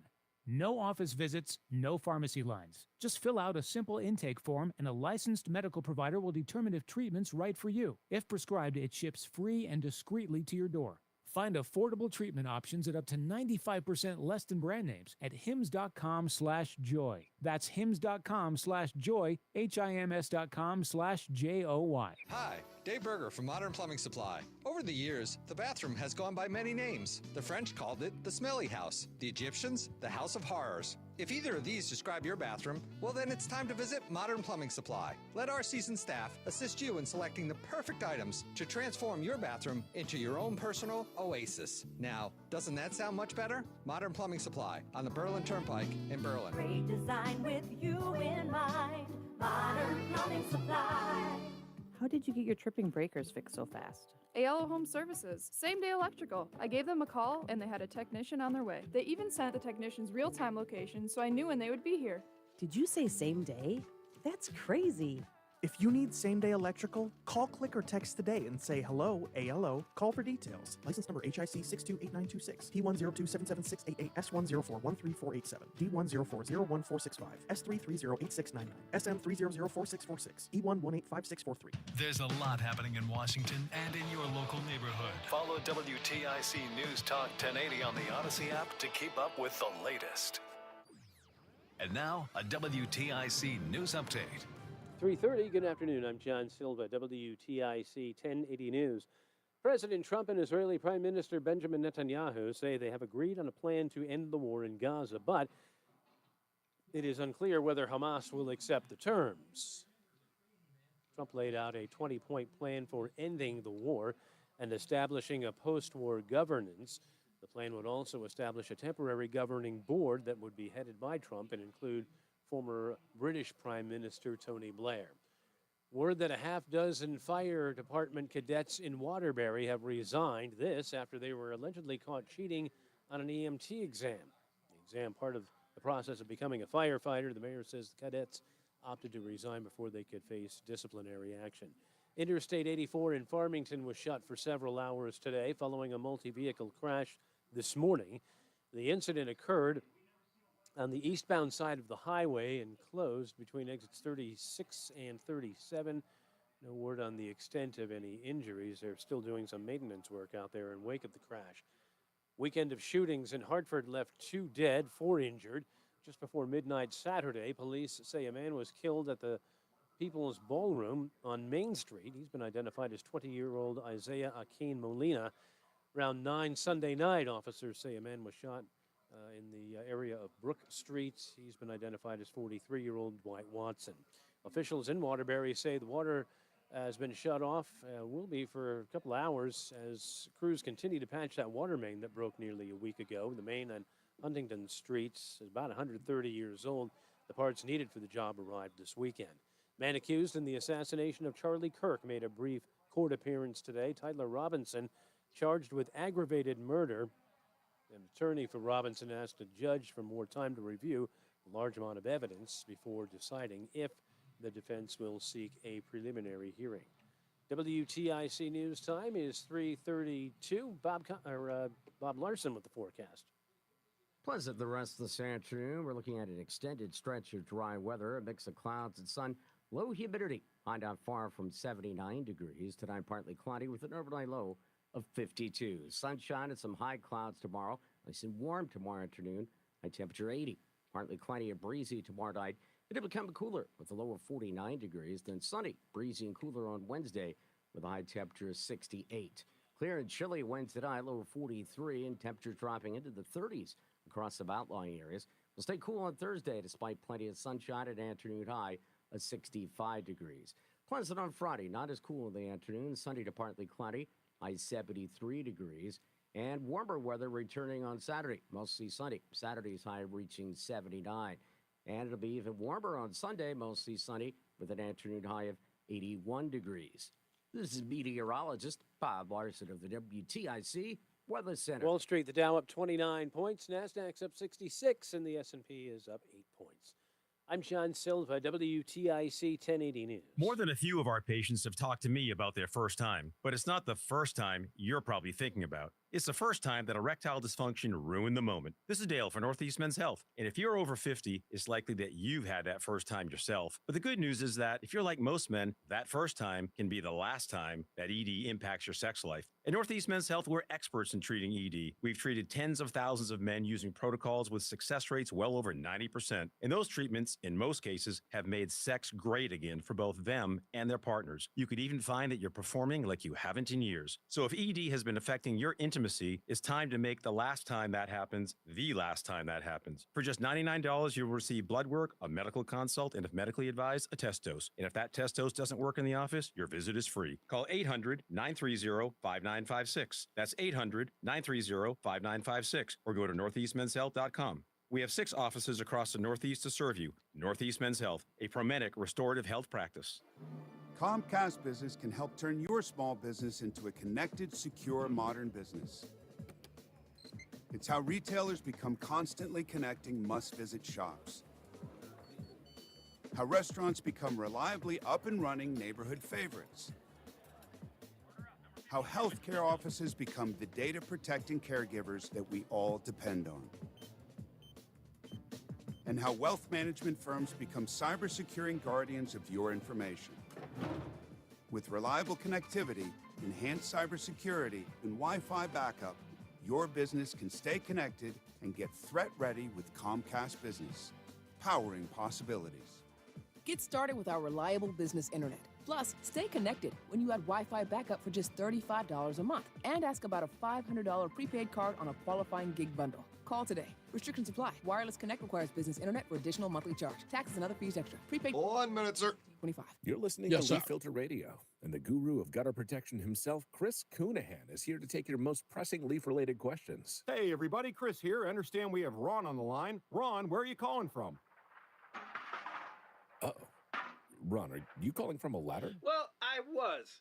I wanted to ask Chris what I need to do to get my gutters ready to have leaf filter installed. Oh, Ron, you don't have to do anything. A Leaf Filter Trusted Pro will come out and clean out your gutters, realign and seal your gutters, and install Leaf Filter, America's #1 gutter protection system. So I didn't need to get on this ladder? Ron, Leaf Filter Trusted Pros are in your neighborhood and ready to help. Just visit leaffilter.com/deal to schedule your free gutter inspection and get up to 30% off. Thank goodness. What was that site? To get this special radio offer, go to leaffilter.com/deal for your free gutter inspection today and get up to 30% off. That's leaffilter.com/deal for up to 30% off. leaffilter.com/deal. See representative for warranty. There we go. Oh, Holtz. Jill, this is only going to hurt a little. It's Reese on the radio on NewsTalk 1080 WTIC. All right, phone calls coming up, and I know it's Monday, all things considered. You guys are just getting back to your work week, but don't worry about that. That's what we are here for. If you want to get on the phones, you can. 860-522-WTIC. Don't fret. This is a frustration day. Many of you people had a great weekend, Get back to the office. Ugh. Yeah, Monday's going to be a mess. It's okay. That's what this show is here for, to vent. To just vent. Let it all out. Speaking of letting it all out, this guy, Justin Elliker, had him on the show last November. And it's interesting to watch this guy operate and listen to him as I listen to everybody. And when someone doesn't really get what you're supposed to say in an interview when you're being asked about problems in your city. You're the incumbent. Someone's running against you. In this case, Stephen Orozco. And when someone's running against you, you have to sometimes lie about how well the city is doing. Even if it's bad, you have to sort of carve out where the silver lining is. Yes, it's bad, but we're doing this, that, and the third, and we're seeing results through this, that, and the third.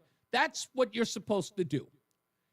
And sure enough, Justin Elliker does that in this interview with Dennis House.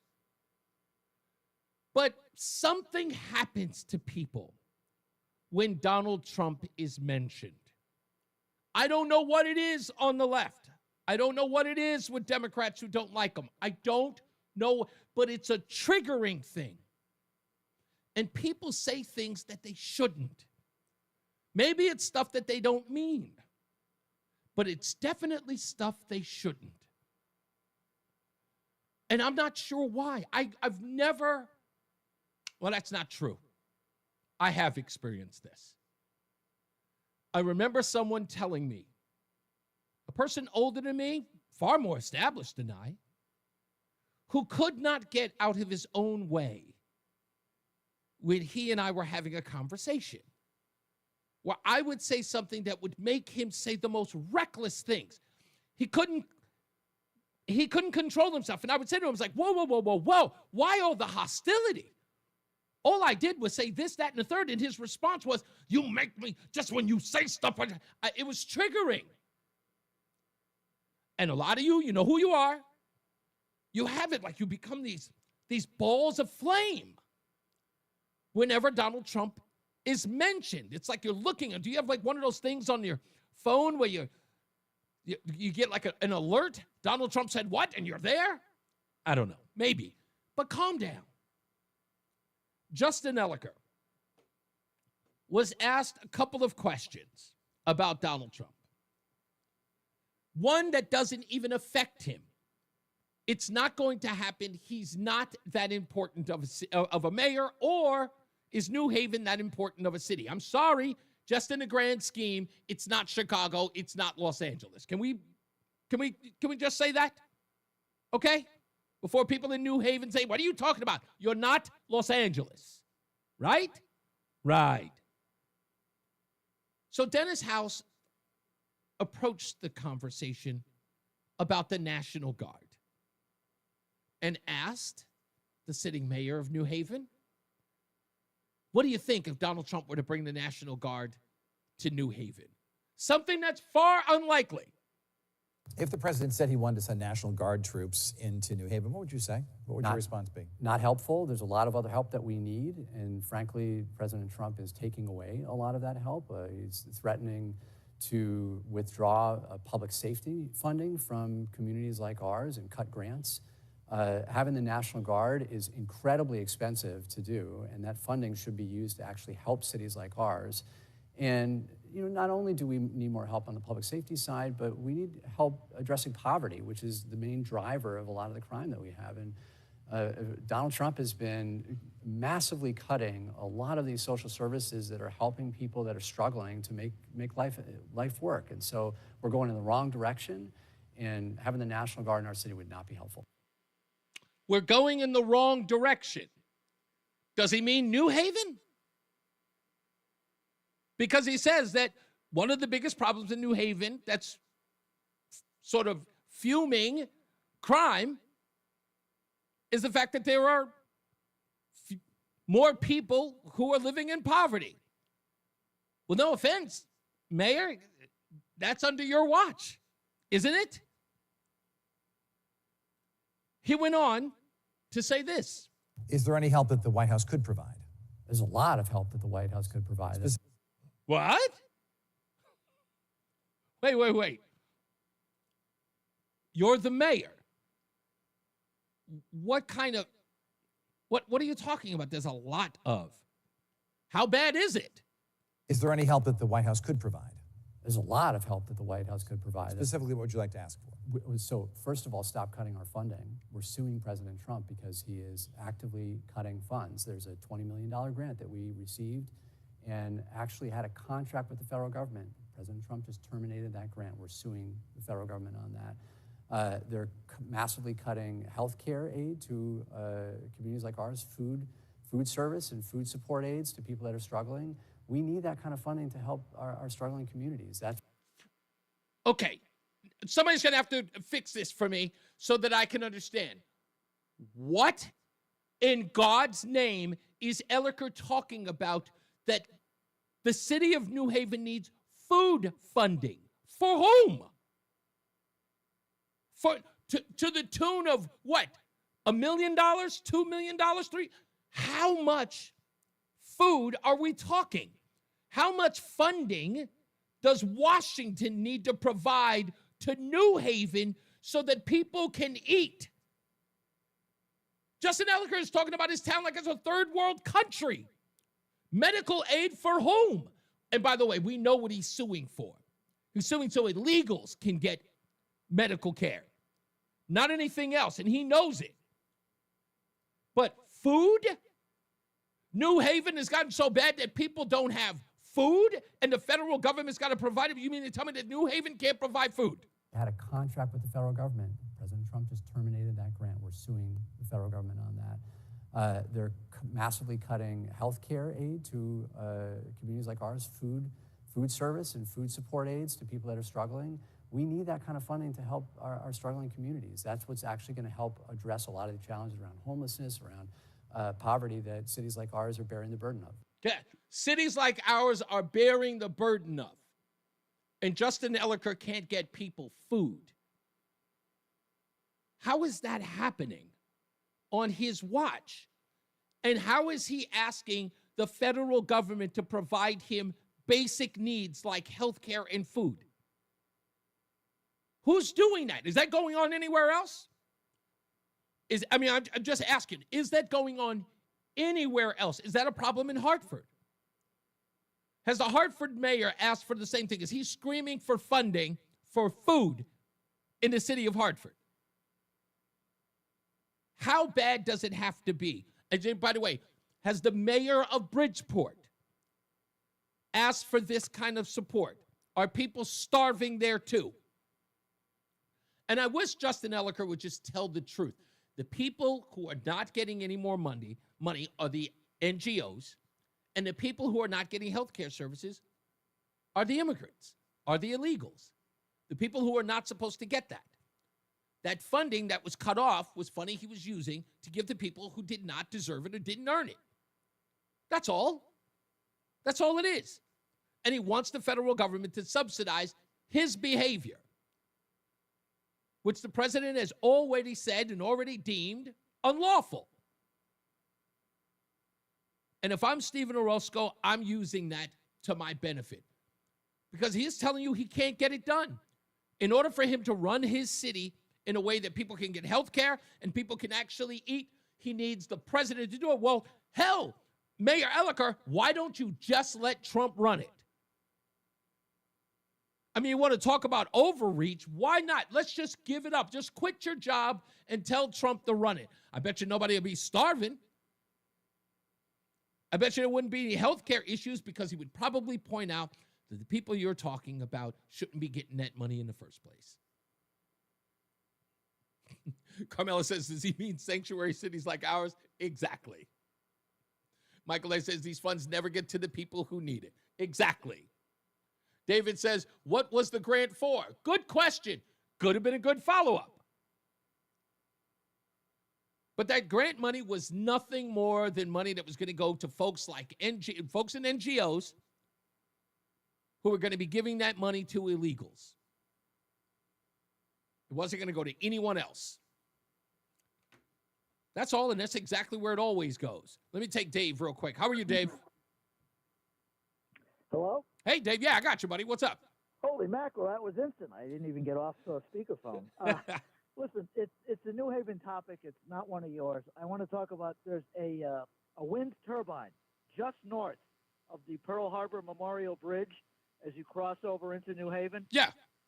And it hasn't been running since, by my guesstimate, since the 4th of July. A solid 3 months it hasn't been spinning.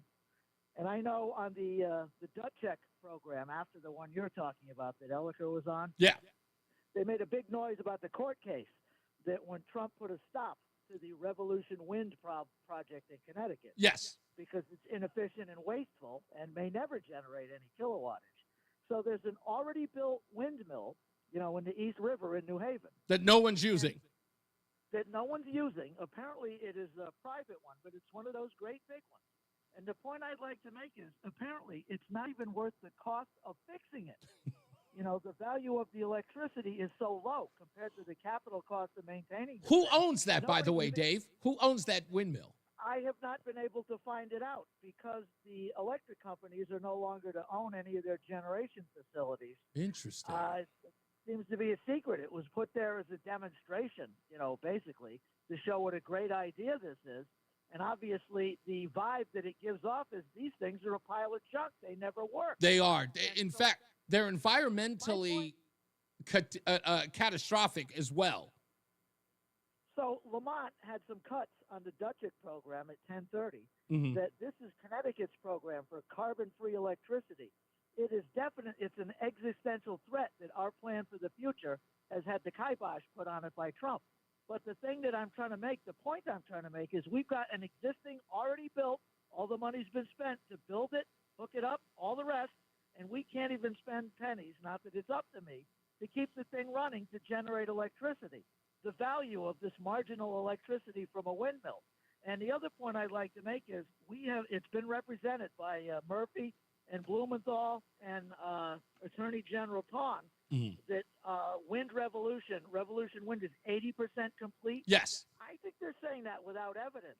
I don't see any evidence that, 8 out of 10 of what was supposed to be built is already built. I get the feeling they're talking about, they've gotten the permits, they've jumped over the bars. But it sure seems to me, based on what's stacked up at that New London Heavy Launch Pier, we're nowhere close to being 80% complete for the Revolution Wind. I'm actually working to get Mike Lombardi on the program. This is a guy out of Rhode Island who's talking about Revolution Wind, and he's got some very daunting information related to its structure. And he did a video about it. I'm going to see if I can get him on this week. But we're going to talk about just that, about exactly the environmental damage that Revolution Wind and these turbines altogether are actually causing inside the water. And again, it goes right to my thing that I said last week about Connecticut really not giving a damn about the environment. They claim that they do, but their actions definitely don't support that. To get back to Elliker, this is right in his backyard. Oh, yeah. It could be, you might call it industrial blight. It's sitting there totally useless. And what's he doing about it to bring that thing up online? If it's that important for the price we pay for electricity and as a direction to point to the future, and we don't seem to give the slightest crap about it. Yeah. I get the feeling that all these windmill projects are just virtue signaling by the likes of Murphy and Blumenthal and Tong.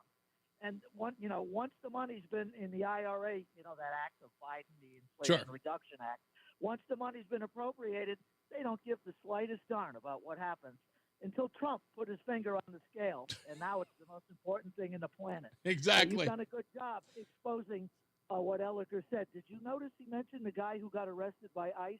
I think he said he's from West Haven. Yeah, he said he got arrested in West Haven, not New Haven. That was actually kind of funny. Wasn't us. Okay. Thank you, buddy. Thanks a lot. You Bye. got it. Yeah, Elliker's, he's a card, man. We got to take a break. We'll be back. More news, more views. We'll take more of your phone calls as well. It's Reese on the Radio on WTIC NewsTalk 1080. Brian Shackman. You're clear. Yeah, WTIC NewsTalk 1080. Hope your week is off to an awesome start, and I mean it. Hope you're enjoying some of that weather as well, and I mean it. We have a good show for you on Tuesday, and yes, I mean it. All your news, weather, and traffic. We have Matt Soroyce, of course. We have Morgan Cunningham on news, Bob Cox on weather, Mark Christopher on traffic. We'll have Eric Semmel for Tech Tuesday. Always a great segment at 8:20. We'll also preview the Red Sox-Yankees playoff matchup. It's Brian and Company, 5:30 to 9, right here on WTIC News Talk 1080. Life insurance. Why are you putting it off? Can't afford it? Too much hassle? Think you don't need it? There's lots of excuses for putting off life insurance. But if you weren't there, who would pay the mortgage and other bills? With Ethos, you could be covered in 10 minutes and boom, family protected. Ethos, fast and easy online term life insurance. Up to $2 million in coverage with no medical exam. Some policies as low as $1 a day. Answer a few health questions and get your free quote at getethos.com. That's getethos.com. If Ernest Hemingway was alive today, would he say this to you? Shakespeare, Mark Twain, Edgar Allan Poe, all great writers. And after reading your book, I simply must add you to the list. Wait, you don't have a book yet. So make a free call to Page Publishing. Turn your book idea into publishing gold. 800-215-6818. 800-215-6818. That's 800-215-6818.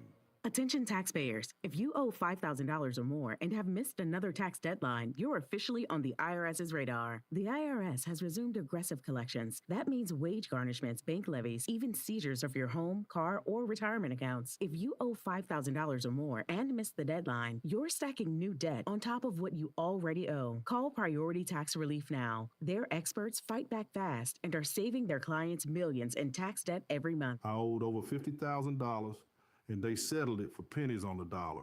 These guys are as legit as they come. After speaking on my behalf with the IRS, my entire debt of $25,000 will be eliminated. Whether you've received collection letters or you're already facing liens and garnishments, call for your free consultation. There are no upfront fees. Priority Tax Relief. Let's make your taxes our priority. Call 800-406-1584. 800-406-1584. 800-406-1584. Priority Tax Relief. Suicide doesn't come without warning. The signs of suicide are there. Isolation, mood swings, hopelessness, increased substance abuse. These can be the warning signs of suicide. If you or someone you know needs support, call or text 988 today. Learn more at amplifyct.org. Together we can save lives. Attention. Have you racked up $10,000 or more in credit card debt? Are you barely 1 minute making minimum payments?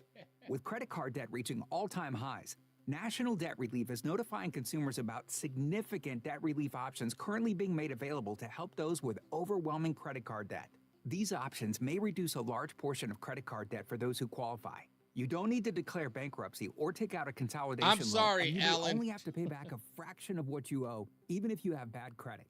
National Debt Relief has already reduced the credit card debt for more than 550,000 consumers. So don't wait. If you owe $10,000, $20,000, or even $100,000 in credit card debt, you can now take advantage of this financial debt relief as the cost of living continues to skyrocket. To check what debt reduction you may qualify for, is there any help that the White House could provide? 207-4545. There's a lot of help that the White House could provide. Specifically, what would you like to ask? 800-207-4545. So, first of all, here we go.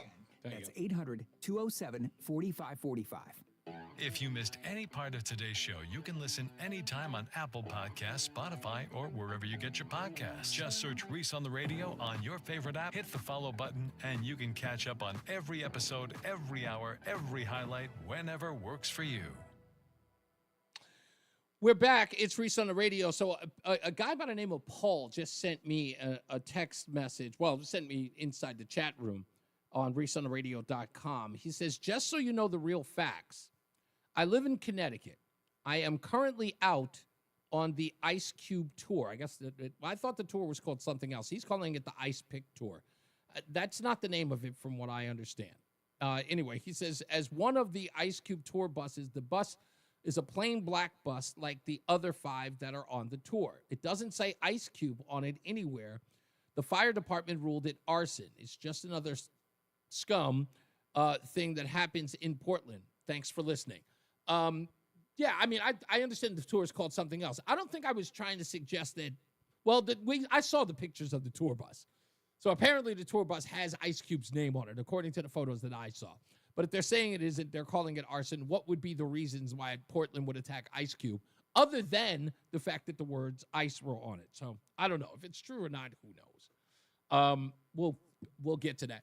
I'm trying to get some information on this Mike Lombardi to see if I could get him on the program. Somebody sent me a video of him underwater at the site of this plan, of this construction. And he talks about the environmental problems that are going to be there. And this guy is like, this is his world. So I want to work as tough as I can to get him on the program this week to talk about Revolution Wind. And from what I'm hearing and reading so far, this guy is the foremost authority on the damage that these wind turbines create inside the water.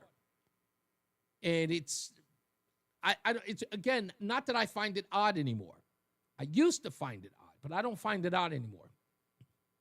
This is something that people know is damaging, but they don't care.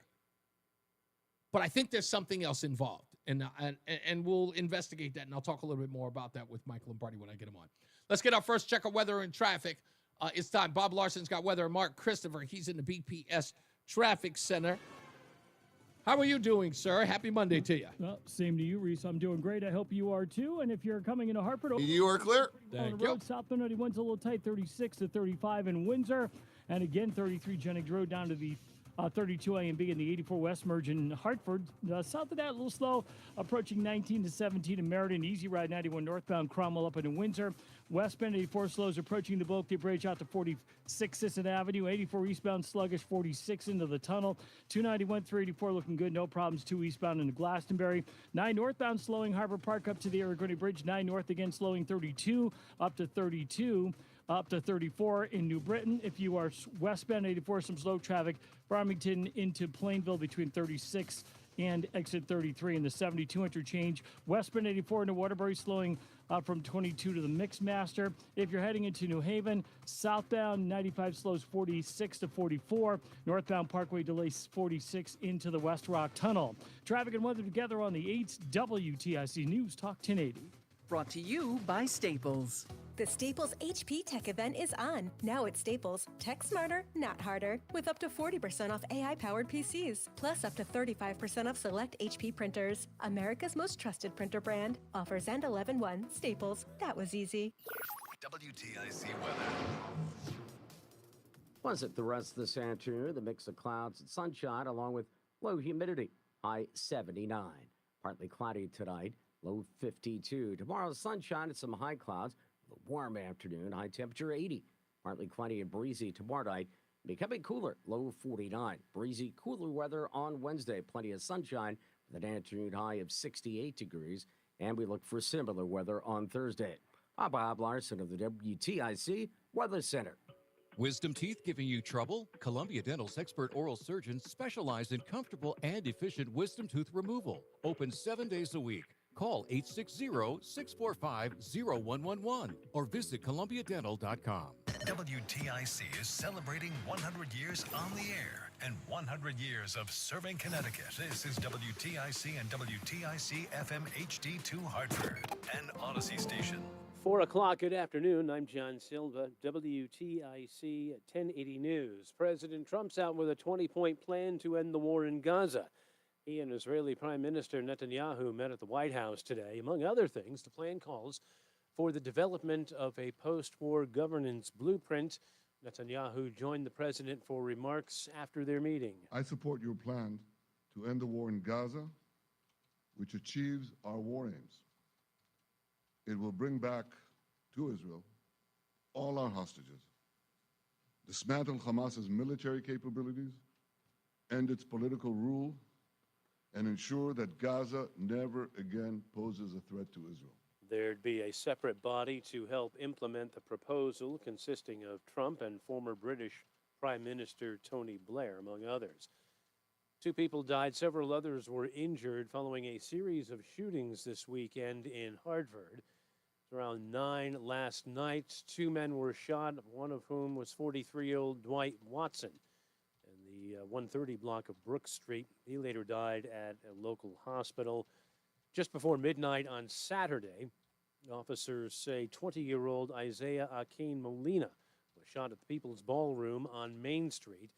There were 4 other non-life-threatening shootings that took place, or shooting victims, that is, that were reported over the weekend.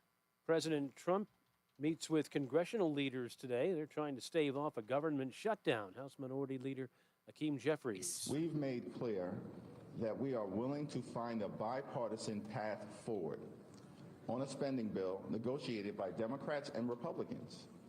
But it has to meet the needs of the American people. The White House says the president's giving Democrats one last chance to be reasonable. Before returning to D.C., Senator Richard Blumenthal told reporters in Hartford, Dems will help Republicans prevent a shutdown if they negotiate on health care subsidies. Here's WTIC's Dave Mager. Senate Republicans need Democratic votes to pass a short-term spending plan preventing a shutdown. It's easily avoidable. In exchange for their votes on the spending plan, Blumenthal says Democrats are asking for an extension of health care subsidies, which expire at the end of the year, something Republicans are refusing to consider. The refusal of Republicans to work with us on extending the health care insurance subsidies is dumb and cruel. He says expiration of the subsidies means health insurance costs will skyrocket for everyone. Meantime, the White House is threatening mass layoffs if Democrats don't vote to prevent the shutdown. Dave Mager, WTIC 1080 Mayor News. of Shelby County, Tennessee, says the Trump administration's in violation of his state's constitution when it comes to deploying the National Guard to Memphis. Mayor Lee Harris. The Constitution requires an action by the state assembly before the National Guard can be deployed. It requires a rebellion. And so none of those things have taken place. And so we're trying to figure out how legally any of it is happening. Elected officials in both Memphis and Shelby County have taken legal action to block the activation of the Guard. Hope is in Waterbury that by day's end they'll have that water main that broke in Huntington Avenue last week fixed. The parts came in over the weekend. Mayor Paul Pernaruski. So they are going to still turn the water off where it comes in at Carvel. That's where the line splits between Watertown and Waterbury. Watertown should still continue to be supplied with water under this scenario. The water will stop flowing into Waterbury. Well, the schools remained open today, and the mayor says the hospitals are in good shape with tankers on standby if need be. Wall Street, the Dow up 68, NASDAQ up 107, S&P up 17 points. For these stories and more, go to WTIC.com. I'm John Silva, WTIC 1080 News. We all hear the radio ads about the IRS. They tell you to be afraid, to be scared, and they try to frighten you into calling. I'm not here to do that. Tax Relief Advocates is different. TRA is here to tell you that if you owe money to the IRS, whether it's $5,000, $50,000, or $500,000, we have a solution. It doesn't matter if you're sitting in your car, at work, or with your kids. No matter where you are, call now. 800-575-9834. Don't lose hope. TRA can eliminate or reduce what you owe to the IRS. Generous programs are now available that can give you a fresh start. Our passion is taxes and helping individuals fix their IRS problems. We have over 1,000 5-star reviews on Google and an A+ with the Better Business Bureau. You don't need to be afraid of the IRS any longer. End your tax nightmare today by visiting us online at TRA.com or call 800-575-9834. That's 800-575-9834. Tax Relief Advocates. Real solutions for real people. Life can be full of risks. One thing you shouldn't take a risk with ever is your family's health insurance. If you're self-employed or you now need affordable health insurance, you need to make this free call right now and see how the Health Insurance Helpline can help you get it. We specialize in helping the self-employed and people just like you that need affordable health insurance to get it. Hey, We I have just sent you short the and between rounds long-term health winner, by the insurance way. plans, and some even cover dental, vision, Thank you. prescription drugs. Don't take a risk with your family's health insurance. It's not I got to do worth that it. If you're contest winner self-employed now. or now, affordable health insurance 30 seconds. right now and learn for free how to get it. Listen, affordable health insurance plans for everyone just like you are a free phone call away. So give us a shout right now. 800-659-7540. 800-659-7540. 800-659-7540. That's 800-659-7540. Stay locked in. Reese on the Radio is on WTIC News Talk 1080. Let's do the thing. Savory, flavory, bagel, deli, and bakery. Between rounds, between rounds, between rounds. Congratulations, John Kay. He lives in Enfield, and he is our current winner of the Between Rounds dozen bagels a month for 6 months, courtesy of Between Rounds, the Bagel Bakery and Sandwich Cafe, located in South Windsor, Vernon, and Manchester. Now, Joey, because you're here, there's some rattling going off that we could possibly do a in-store with the folks over at Between Rounds. Is that difficult to do? I don't know. I can pull anything off. Okay, all right. It's just something that I thought would be a cool thing because I love the folks at Between Rounds, and it'll be near my favorite food, uncooked, that is, and that's bagels. And I love bagels. I don't think there's anything else in the world I would rather eat than bagels. If I could just live off them. And so it's just something that I think that I would love to do. Had a poppy seed bagel from there this morning. Did you? Oh, did you? Okay, all right, no doubt. So no drug test in my future. Yeah, exactly. I totally forgot about that. The poppy seed thing, that's a real thing. Yeah. I heard a story about a police officer that was suspended because of that. Because he had to take a random drug test, and he had poppy seed bagels, and he went through a whole thing. He was trying to convince him, I'm not on drugs. And it went through the whole thing. I mean, luckily, he kept his job, but I totally remember a story like that 20 years ago. Poppy seeds. Who'd have thunk?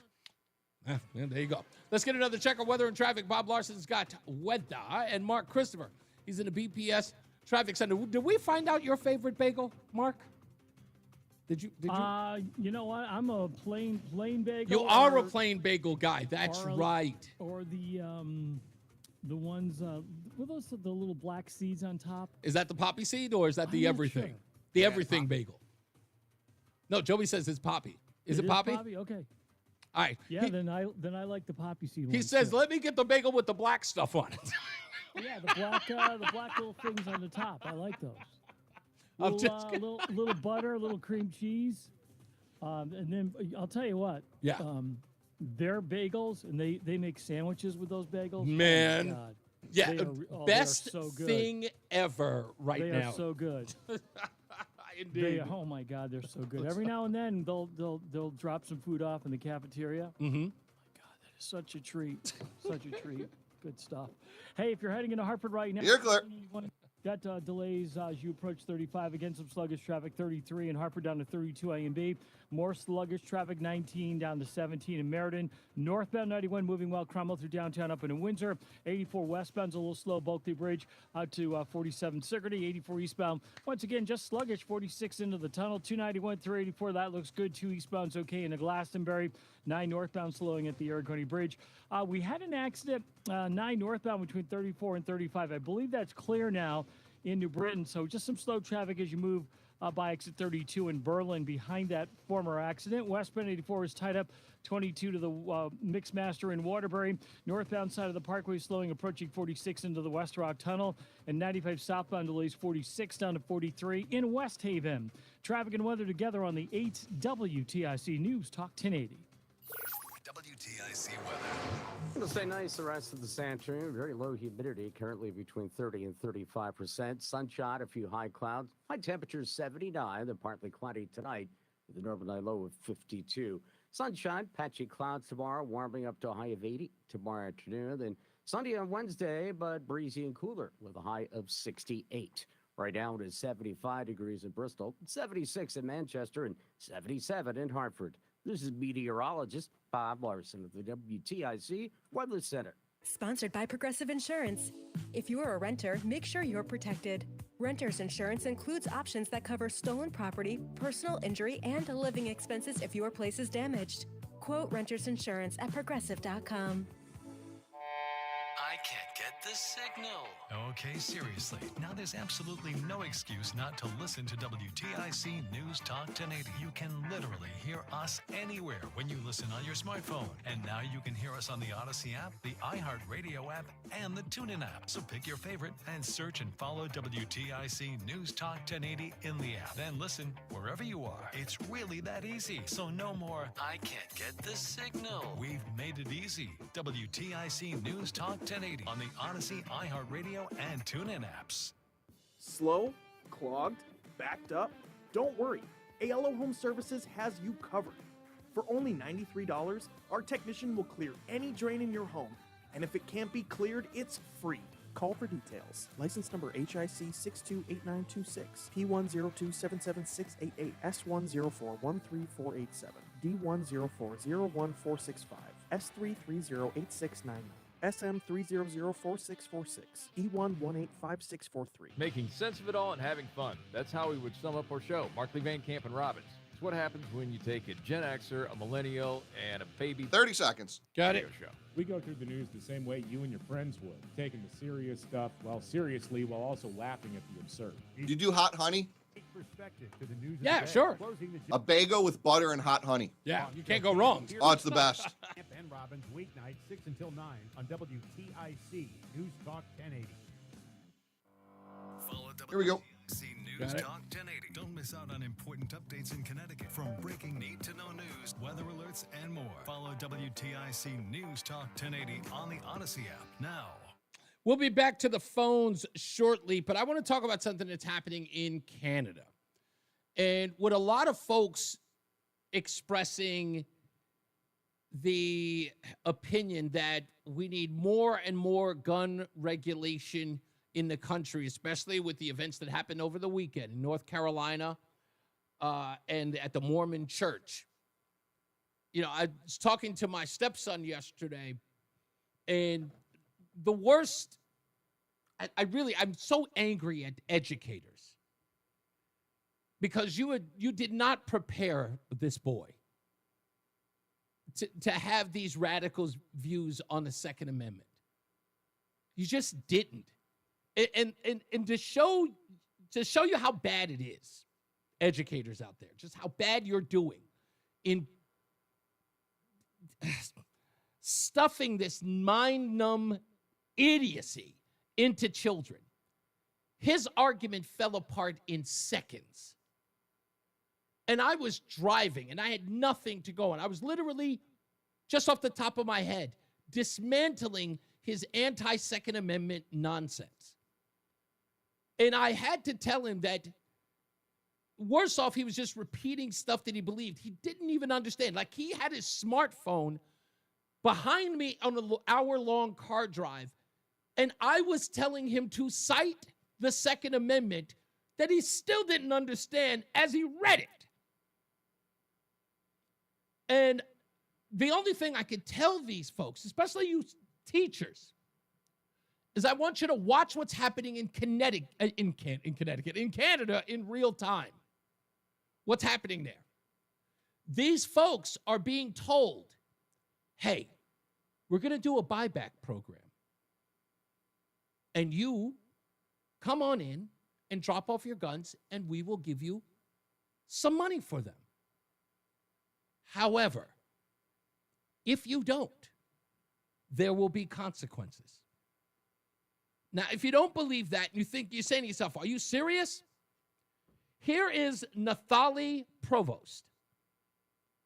She's speaking to the press. Listen to her about the buyback program and watch how her description of it progresses into something you should be afraid of. Right now, in Canada, there's some people with bad intentions who have in their house prohibited or non-restricted or restricted weapons without fair licensing. But the policeman is not knocking at every door to check what is in the hand of each Canadian. They are seized when they are moved, when there's an event. So it would be the same. But all of the people in possession of one of the weapons that has been banned since 2020 and who will not participate in the compensation program will have an illegal gun in its possession, and that's a criminal act. All right, thank you very much. And that was their response to it. No one countered it. No one spoke up. The bottom line is, you don't turn in that gun, you are a criminal. And she says they won't be knocking on every door. That was never offered. It wasn't even offered as a question. But you could damn well bet it's coming. You don't believe me? Try this on for size. Anybody remember Canada during COVID? Were the police officers knocking on people's doors? Were they dragging them out of their homes over COVID? Yes, they were. Does anybody remember bank accounts being cut off? Even crowdfunding stopped, halted, preventing families from feeding their children who were on strike? Do you think that this isn't going to go one step further? No? Don't have a thought of that, huh? You'll see. And I want everyone to watch it, keep a close eye on it, and tell me, oh, it's not going to be that bad. Okay. Find out what banned guns they are. Find out what the penalty is if they don't return them. Find out what they're going to, because I promise you this, no one in Canada is just going to let Canadians keep the guns. No one. Not one person is going to let them just keep the guns and just going to go, we'll catch them in transport. They want those guns seized. And you're going to watch how bad it gets for people who refuse to give them up or people who stand up for themselves and what they believe is their right to have them. Or you'll just watch an entire country just give them over. And the part about that I find really, really weird is that no one thinks that Canada will impose its will on those folks when they give up those guns. That Canada won't go one step further. I thought it was crazy enough when they said they were going to imprison people for speech against the LGBTQIH LMNOP groups. I thought that was, but it happened. I thought it didn't make sense, but it's there. Here we are. Now the gun confiscation, oh yeah. It's going to be serious. And once they can get it done, and that's how these authoritarian groups, like, you guys want to see authoritarian? You're going to watch it. It's going to happen real time. Once they get this, it's going to be one step further. And again, it's not like you haven't seen it. I'm the person on this program, this network, who told you what happened with the MAID program, the medical assistance in death. What did I tell you was going to happen? That was going to progress. Now it's at the point where anybody who wants to die can just die.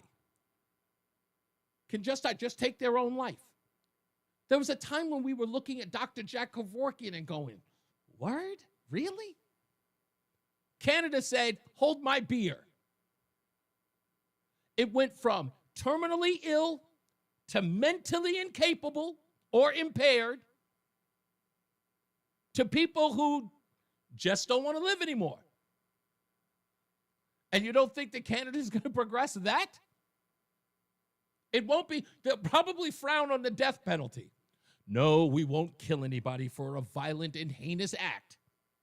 But if you want to kill yourself, have at it. We'll provide the pod. That's where we are. What's up, Simsbury Joe? How are you, sir? Well, you're talking about, I want to talk about Mandami, but you're talking about Canada, and as you know, I spend a lot of time up there. I know you do. During the nicer weather. I have to tell the listeners who may not know this, the amount of true mental illness in Canada right now, combined with ignorance, and I can hear you chuckling. I'm sorry, but I am 100% speaking the truth. Yeah. You can have a conversation with, first of all, there's a number of Canadian patriots that are not going to give up their guns. But then you have a lot of other Canadians who have been so messed up in the head that you can actually talk to them about a topic. And I'll tell you one topic. We had a discussion with someone about where we were talking about how bad the drug trade is in Canada. Yeah. Giving them a lot of examples, telling them about a Royal Canadian Mounted Police official testifying in front of their government about how many drug gangs, individual drug gangs, not drug, dealers, gangs in Canada, where they're located. Oh no, that's just the Americans saying that. And then you play for them on the phone the exact video off of YouTube. Yeah. And they still don't want to believe it. It's sick. Something has happened to the proud Canadian people where they have become so weak and they're sick. But I want to talk about Mamdani. Yes, go for it. I spent a lot of my career going down to lower Manhattan mostly, and then a little bit of Midtown Manhattan to make my living. And so I know a lot about the business climate down there. Sure. And I'm noticing some patterns here, and I could be totally wrong. So let's say you are the governor of the state of Connecticut. Okay. Oakley Dokley Ned. And what happens is that you see that this guy Mamdani, who is to the left of you, is probably going to get elected unless something unexpected happens. Right. You know that the business community, because your wife is so tied into the business community, is furious and they're afraid. Right. Why would you not be saying right now for everyone to hear, hey, if the New York business climate is not to your liking, Connecticut would love to have you. The Hartford area would love to have you. Stanford. We will roll out the red carpet. You hear none of that. And this is where my conspiracy theory comes in. Let's go.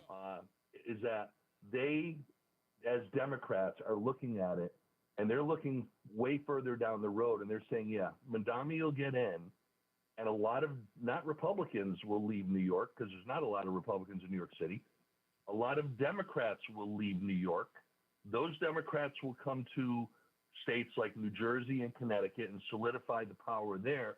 They will also say, the heck with this, I'm going down south. Right. And they will try to flip down south. So they're being silent on this whole thing because they know there's a bigger game here at play, and Mamdani can wreck New York. They don't care. They don't care at all, because the Democrats who do sit on the fence of common sense are not going to take it, and they're going to leave, and it's going to create a positive environment for Democrats to try to grow their constituency all over. But back to what I started to say, shame on Ned. Ned should be trying to drive businesses to the state of Connecticut right now for every one of us to hear. But wait. So let's sort of elaborate on your conspiracy theory here. The only pushback I have on this is, I would say that, okay, you believe that it doesn't make sense that he wouldn't lure those folks in, very much like Ned Lamont was doing back in 2022 when he was trying to get businesses that were in states that put barriers on Roe v. Wade or on abortion. He was telling folks, come to Connecticut because, we believe in your family values, come to Connecticut. This is a perfect opportunity for him to say, hey, New York, you can come up to Connecticut should things get bad. But in order for him to do that, in essence, he kind of would be elbowing Mamdani. He would be, in essence, displaying the obvious. He would be telling those businesses, hey, we know Mamdani's going to totally rear-end you on taxes. If you really think that that's going to be a problem, come to Connecticut. We won't hose you. But it would also be a slap in the face to one of his own. Perhaps that may be a reason why he's not speaking. Who's supposed to be more important, though, Reese? The people of the state of Connecticut and their needs? Or the party apparatus? Or some crazy scumbag, who is going to create all kinds of issues in New York City that you had described in the first hour. Exactly, but that was the point that I was making, is that, look, the one thing that we've learned, Joe, is that this party is afraid of its fringe. And why? Because it's fringe. He knows what has this guy got a problem with right now? If there's going to be a problem as far as a primary is concerned with Ned Lamont, he's got to deal with Josh Elliott, who is much aligned with Mamdani, right? If not all the way, but he's a considerable match to Mamdani. Even if Lamont hates the fact that his party's gone extreme left. He doesn't have the guts to push back on it to spare his own reputation. Because you're right. If I am going to run again in next year, and I got to, I got to I have to ward off any competitors. It is Josh Elliott or even those on the right or conservatives, Fazio and Stewart. The one thing I have to do is to have a record of bringing business into the state. This is a prime opportunity to do that.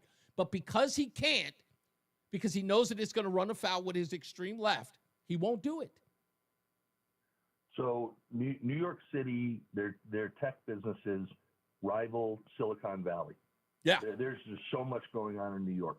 Can you imagine if the Hartford area, let's say even around Dunkin' Donuts Park, that they built up a tech center, what that would do for the city, or all the finance people and all the highly trained finance people that already live in the Hartford area.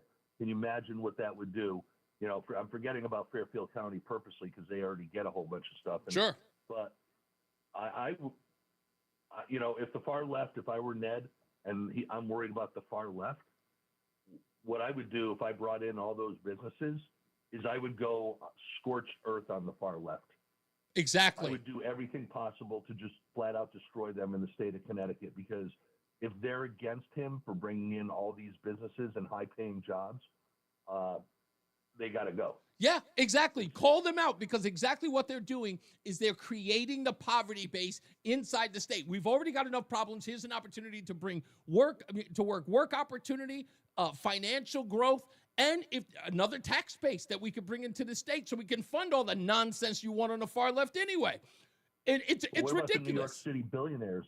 Exactly. They live in New York City, and they may decide, I'm finally going. I'm going to Greenwich. Yeah. What does that do to the income that the state gets? Yeah. So that's why I'm very bothered by this guy's silence. I think it's just unacceptable. Yeah, it is. It's malpractice. It really is. That's the point. Thank you, Joe. I appreciate you, buddy. All right, we got to take a break. Let's get to weather and traffic with Bob Larson and Mark Christopher. He's in the BPS Traffic Center. Hey, Mark. Hey, Reese, thank you very much. Here, Clark. Right now, you're on the southbound side of I-91. Look for some slow traffic now as you move from 33 down to 32A and B. You'll see some more slow traffic down in Meriden from 20, approaching 19, just after 20 down to 17 for the Wilbercross Parkway. Easy ride northbound 91, Cromwell up into Windsor. Westbound 84 slowing east Hartford, approaching the Bulkley Bridge out to 45 Flatbush. 84 eastbound slowing, approaching 46 Cissna Avenue into the tunnel. Looks real good. 291 through 84, 2 eastbounds in good shape, Glastonbury to Marlboro.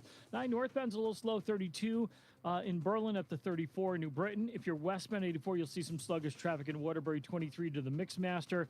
If you're traveling on the westbound side of, the eastbound side of 84 in Newtown, a little tight, 10 to 11. Southbound Parkway delays as you move from exit 59 into the West Rock Tunnel. Northbound Parkway, you've got slow traffic now as you move from exit 46 up into the West Rock Tunnel, and 95 southbound delays 46 to 44 in New Haven. Traffic and weather together on the 8th WTIC News Talk 1080.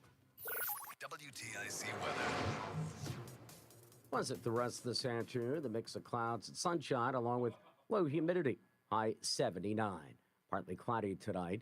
Low 52. Tomorrow sunshine and some high clouds. A warm afternoon. High temperature 80. Partly cloudy and breezy tomorrow night.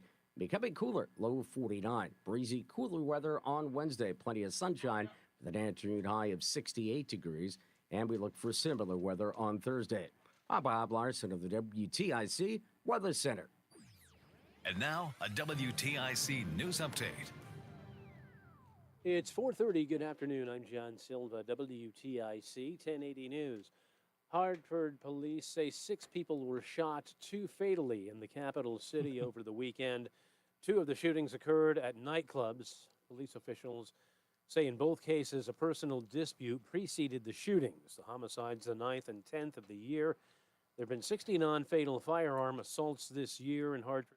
Coming up, Wendy. A year ago, city police do say there has been a decrease in the number of shootings overall in the last 2 years. Crews in Waterbury working to once and for all cap that water main that broke on Huntington Street nearly a week ago. The parts arrived over the weekend. The water will be shut for a few more hours so they can finish the job on that 130-year-old main. Authorities still combing through a church north of Detroit, looking for any more victims, though they now say that everyone has been accounted for, and the death toll is 4 after a former U.S. Marine opened fire on the Mormon church and set it afire during services on Sunday. A decorated Marine combat veteran scheduled to appear in court after a mass shooting that left 3 dead and 5 injured at a waterfront bar in Southport, North Carolina. 40-year-old Nigel Edge is accused of firing an assault rifle from a boat Saturday evening. Edge was arrested shortly after by the U.S. Coast Guard. I-84 east in Farmington was closed for several hours today due to a multi-vehicle crash. Lifestar had to be called out this morning. Still no word on the extent of any injuries. And President Trump's slapping a 100% tax on movies made outside the U.S. with a vague directive aimed at protecting a business that America already dominates. Claiming that movie production has been stolen from Hollywood and the U.S., Trump posted he would be imposing a 100% tariff on any and all movies made outside the United States. Wall Street, the Dow gained 68 points today, the NASDAQ up 107, S&P up 17. For these stories and more, go to WTIC.com. I'm John Silva, WTIC 1080 News. Do you hear that? Asthma triggers are everywhere, from dust mites, pet dander, and pollen, to smog and smoke. An asthma attack can strike anywhere, anytime. Be prepared with quick-acting Primatene Mist.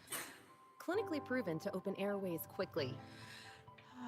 It's the #1 FDA-approved asthma inhaler available over the counter.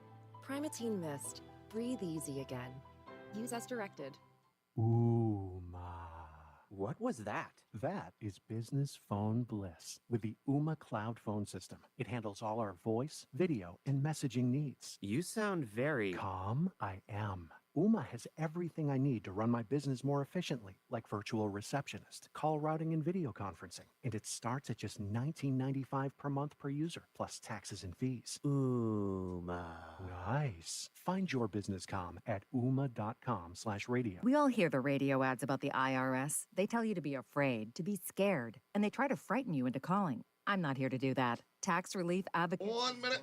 TRA is Thank here you. to tell you that if you owe money to the IRS, whether it's $5,000, $50,000, or $500,000, we have a solution. It doesn't matter if you're sitting in your car, at work, or with your kids. No matter where you are, call now. 800-575-6481. Don't lose hope. TRA can eliminate or reduce what you owe to the IRS. Generous programs are now available that can give you a fresh start. Our passion is taxes and helping individuals fix their IRS problems. We have over 1,000 5-star reviews on Google and an A+ with the Better Business Bureau. You don't need to be afraid of the IRS any longer. End your tax nightmare today by visiting us online at TRA.com or call 800-575-6481. That's 800-575-6481.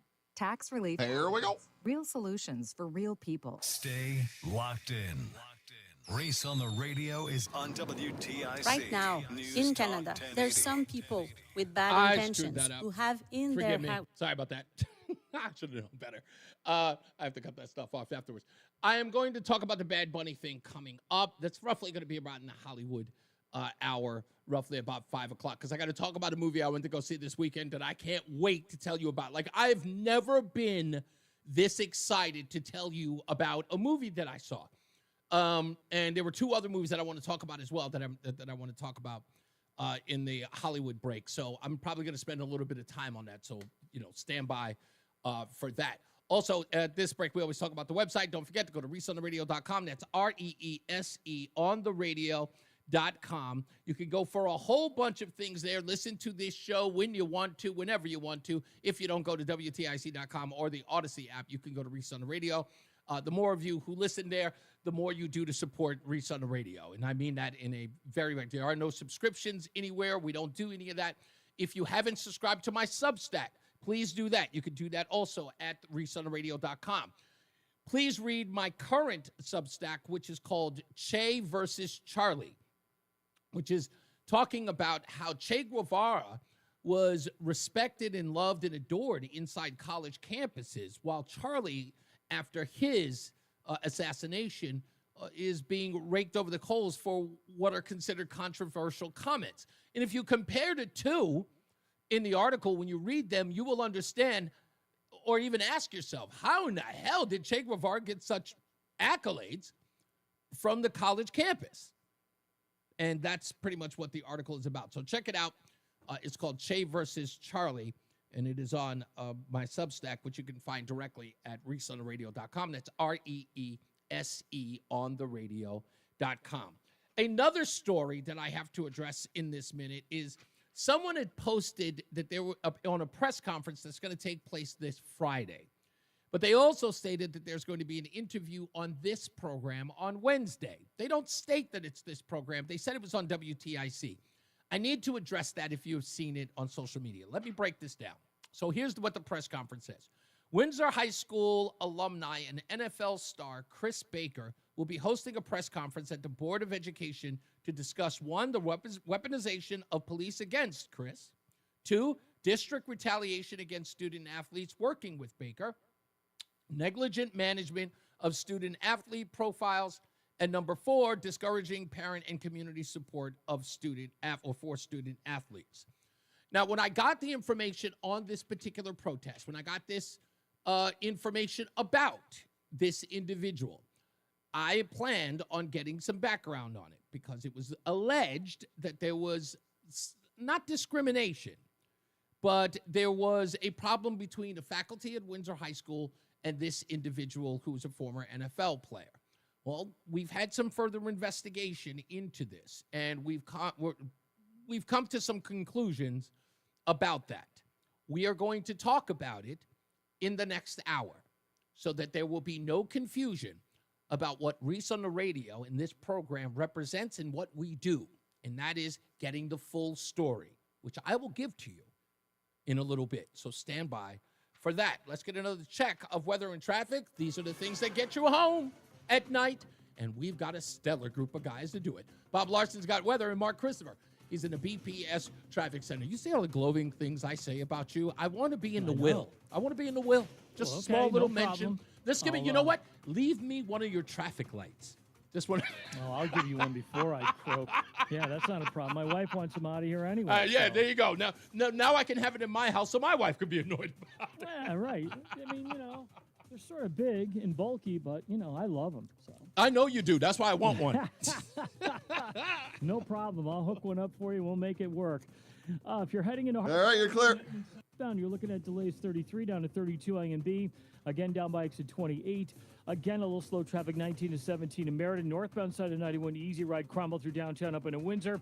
Westbound 84 tied up. Approaching the Bulky Bridge out to 45 Flatbush. 84 eastbound slowing, approaching 46 into the tunnel. Looks real good east of the river. 291 through 84, 2 eastbound. OK, Glastonbury into Marlboro. 9 northbound slow traffic in Berlin from 32 up to 34 New Britain. 84 westbound, some tight traffic from 36 Slater Road in Farmington up to the 72 interchange at exit 33 in Plainville. Westbound 84 sluggish in Waterbury from exit 23 up to the Mixmaster. If you're southbound on the Parkway, some slow traffic in Hamden getting by exit 50. Northbound Parkway slowing, approaching 46 into the West Rock Tunnel.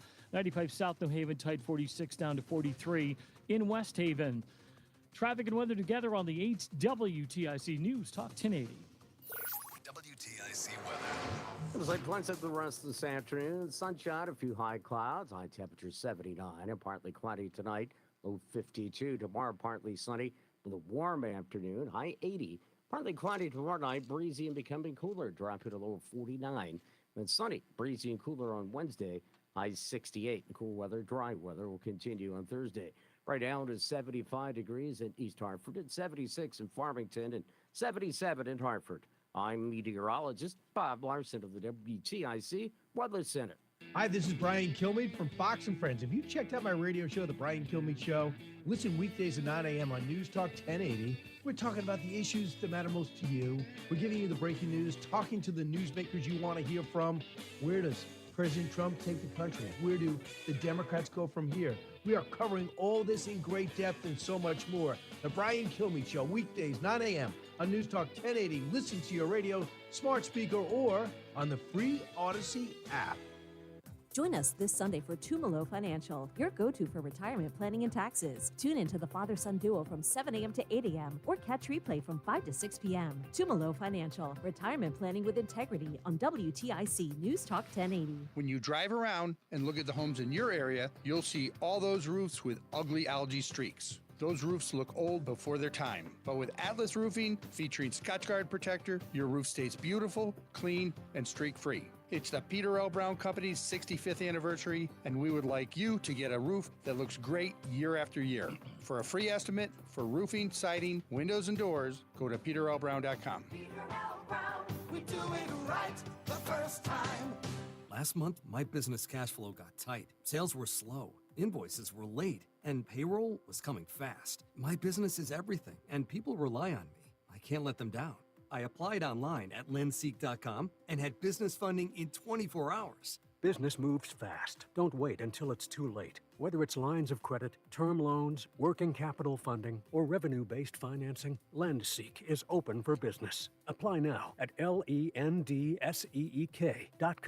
I'm Ed Evans, CEO of Consumer Cellular. Ever wonder why Big Wireless wants you on an unlimited plan? They probably want you to cover the cost of those 20-somethings using all that data every month. But most people 50 and up like me only use 12 gigs or less. Don't get bamboozled by Big Wireless. Switch to Consumer Cellular. Our plans start at just 30 seconds. It's the same powers as the big guys. Join the millions who choose something better. Because if you're not using all that data, you're probably getting used. Call 1-888-FREEDOM, visit consumercellular.com/facts or a store near you. Plans include $5 credit for auto pay and e-billing. See site for additional facts. Picture this. You're eating good food, enjoying a cocktail, and losing weight. That's Awaken 180, a program that fits into your lifestyle with coaches who support you every step of the way. Visit awaken180weightloss.com to kickstart your transformation. Here we go. The radio, making sense of the news. Yeah, even when it makes no sense at all. Now on WTIC News Talk 1080.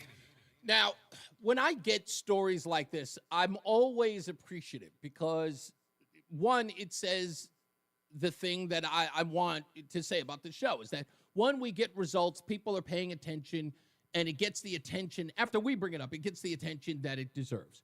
And that's what we're trying to do. We're trying to make the voiceless have a voice, and to direct the right people to get results for you. I'm just a radio host. My objective is to, one, lay out what the issue is, apply some common sense to it, and then when those folks hear the common sense or the perspective that they may not have thought of, they act. And we like getting those results. We like the fact that people are listening, and they come to us. So when I got a call last week, and I want to say Thursday or Friday, I'm almost certain it was Friday, about this story, I was a little apprehensive. One, because the call came from Evilise. And you folks might know her because she is the spokesperson, pretty much the figurehead of Black Lives Matter 860. And when she approached me with the story, I immediately was hesitant because I'm like, look, I'm not going to get on board with a black versus white issue. This is not one of those things where it's like, you're going to tell me that some racism is happening where I'm just going to talk about it without vetting it first. It turns out that wasn't the case. And I promised her before I had a conversation with anyone, I was going to sort of vet this out. I was going to find out what was going on.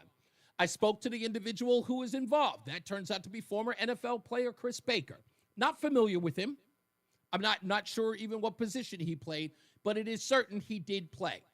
And he is an alumni of Windsor High School, as are a lot of people who have been in the NFL, who are currently coaching on the college level, in and around or outside of the league. In fact, according to every place that I've checked out, Windsor's got a pretty good record of getting people into the NFL. And if in football, on a collegiate level and in a professional way. In fact, many parents choose to go to this school for that reason, because the program is good. Those are their words, not mine. So when I heard about this story with Chris Baker, it was, okay, I thought it was odd, but there was something about it that didn't sit right. And that was where the conflict was. As Chris puts it, and I'm telling you verbatim because I record every conversation. It's just me. but I have to get people on the record. And according to Chris Baker, his words was that he believed that the coaching staff did not like him, and they have allowed him to participate in the school's sort of training and coaching on other occasions. Parents were okay with it, and the school was okay with it. And then, for some odd reason, according to Mr. Baker, that went south. So I just took him at his word. I looked at that. I said, what do you think it's about? Do you think there's something else going on? You know, is it a personal? Couldn't tell me. In his words, the coach just hates him. Okay? Didn't seem to make sense. Maybe there was something else that was underneath that he didn't want to get into. Fine. I had made arrangements to get in touch with the school to see whom I could speak to find out what's going on. And I did. And I want to congratulate somebody for reaching out to us. And it's a little inside baseball. I want to thank Ann Baldwin. I had a great conversation with her today because she understood what's going on. And she's got a show right here, Joey, right on Sundays. Yep, Sunday morning. Yeah, Sunday morning. Ann Baldwin, an alumni here at, a label mate, as I like to call them, here at WTIC. She's got a program here. And she and I spoke, and she gave me a statement from Windsor. And it reads as this. So I just want everybody to know, Chris Baker, if you're listening, Evilise, if you're listening, folks in the Black Lives Matter community, if you're listening, you guys said that I was fair. Well, this is fair.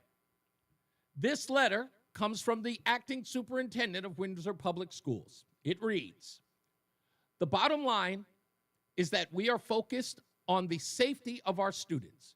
Windsor Public Schools welcomes alumni involvement, but it must occur within established school policies and the Connecticut Interscholastic Athletic Conference, the CIAC regulations, that are designed to protect student athletes and ensure proper oversight of our programs.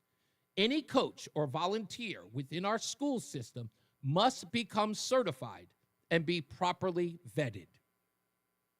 Mr. Baker has repeatedly disregarded these rules by entering restricted areas, directing players outside of sanctioned practices, and videotaping students without authorization despite multiple meetings and opportunities to work through proper channels. He has not complied with the directives. For these reasons, Mr. Baker has been instructed not to participate in any football-related activities.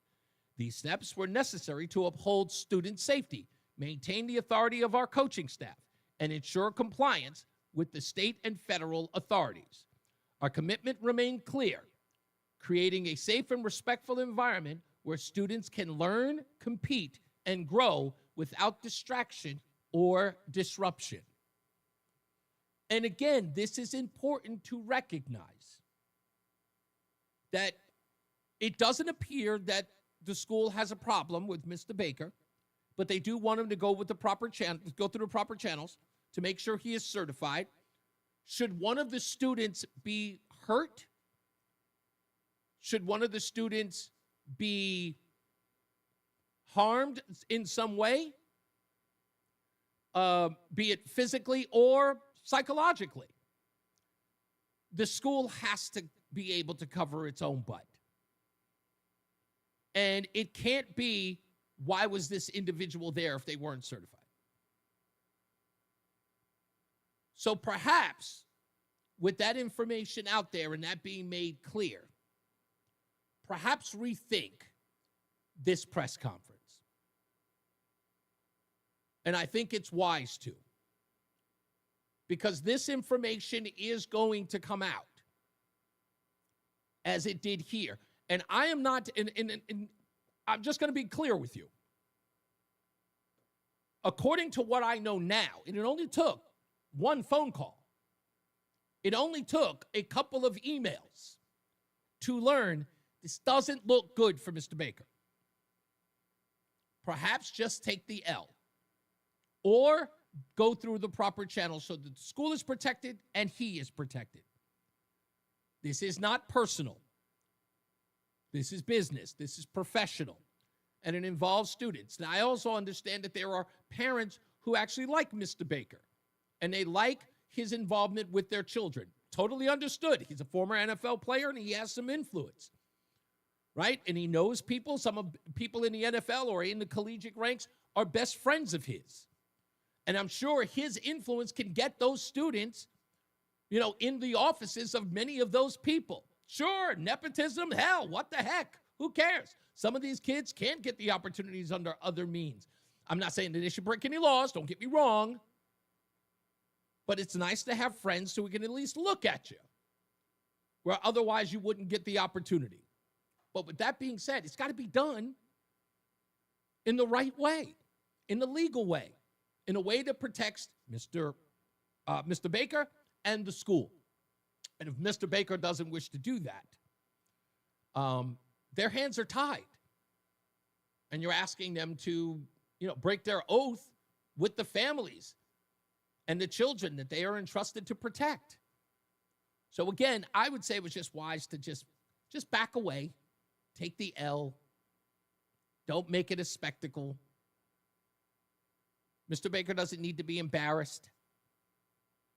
And it's not worth it. If he really believes in helping his children, if that's the goal, make it about the kids. That's all. And again, this is one of those things I try to express to folks all the time. If it is about the children, if it is about the people who you wish to help, make it about them. Don't make it about yourself. If you really do believe, Mr. Baker, that you can help these kids out, that you could get them into these D1 schools, you can get them here, there, or anywhere, for that matter, if it's true that you can do that, then go above and beyond to help those kids. And in this case, just get certified. This always reminds me of that time when I was living in Fort Lee, New Jersey. And we put Ethan in a soccer league in our neighborhood. He was, what was he, 9, 10, something like that. And we put him in that soccer league, and the team that he was on, they were called the Rebels. They were garbage. They played 9 games, and their record was 1-1-7. God, they were awful. And I sat through that whole season, taking him to practice every Monday, going to every game, even in the dead of winter, because their game started in November. It was annoying. It's like a worst time you could start a league. Anyway, I went to all those games, sitting out in the cold, screaming and hollering at the kids. What are you doing? Get in the center. I'm not even coach. I'm screaming like a parent does. What are you doing? What's wrong with you, ref? My ex-wife at the time would just tell me, calm down. Will you please? You're going to get us kicked out. And when the season was over and he collected no trophies, we threw the participation one away. That's right. We did it. You get no ribbons. But afterwards, when we dumped it, my ex-wife looked at me and she said, well, if you think you're so good, why don't you coach? And me, standing up there saying to myself, you know what? I will coach. I knew nothing about the game of soccer. Nothing at all. I didn't know what I was doing. I know you kick a ball. I didn't know what offsides meant. I know I've seen it on TV. But like every other American, I turned the channel to watch some real sports, like badminton. And sure enough, there I was in a class, 2 12-hour days, Saturday and Sunday, learning the game of soccer, but not reading it, watching it on some school, on some blackboard. No. We had to actually play the game and run drills. Yeah, 12 hours for 2 days. Yeah, 24 hours. And then you got certified. You got what's called an F1 license. I'll never forget when I got that license. I felt it was the most important thing. And then I got my team. And because I was new, those sons of brain surgeons, you know what they did? They gave me kids that didn't speak English. And I had to teach them a game I knew nothing about. I had a Japanese kid named Masusaki. He could kick the ball the length of the field. He was the tallest kid in there, but he spoke no English. But he loved the game. He was my leading scorer on the whole team. I had a bad kid that I know is part of a gang today named Jose. And another kid who really, really did love the game. I had another kid who was a friend of But anyway, nonetheless, we went out there, 9 games, folks. 9 games. First year, head coach. First year. Our record, 7-1-1. Complete turnaround. By the way, I got my own son, Ethan, on my team. Best defensive player in the game. Best defensive player. He was 2'0". He was the Gary Coleman of our team. Shortest kid. But he was defensive player of the year. And we won the championship. So I'm like, look, again, and after the kids won, to be a part of that, to watch those kids who were considered rejects, because that's why they gave them to me. They thought these kids were rejects. They gave that team, when they held up those trophies, it's the best experience ever. I cried. I didn't even know what to do. They laughed at me, by the way. They was like, oh, come on. It's just a game. I was like, but we won. We actually won. It was the greatest feeling ever. I felt like I accomplished something. And I accomplished something for those kids. It was always about those kids. I took a trophy home myself. It wasn't participation. I coach. Normally, the coach doesn't get a trophy. He doesn't even get a certificate. But I took one. I did. It was a little gold man with a big, giant, red, black and white soccer ball on the top. The tackiest thing I've ever seen in my entire life. It was the tackiest ever. They were so bad, we actually went out and bought trophies for the kids separately. So they can at least, they can have them in their room and they can feel like they actually won a real championship. You know, those leagues, they usually give you something, cheap. Probably like a $2 trophy. But we went out and we actually got to a real trophy. We spent our own money to do it. But the kids were happy. We took them all to Pizza Hut, like I guess you're supposed to do. Is that the rule? Everybody's got to go to Pizza Hut after the soccer game?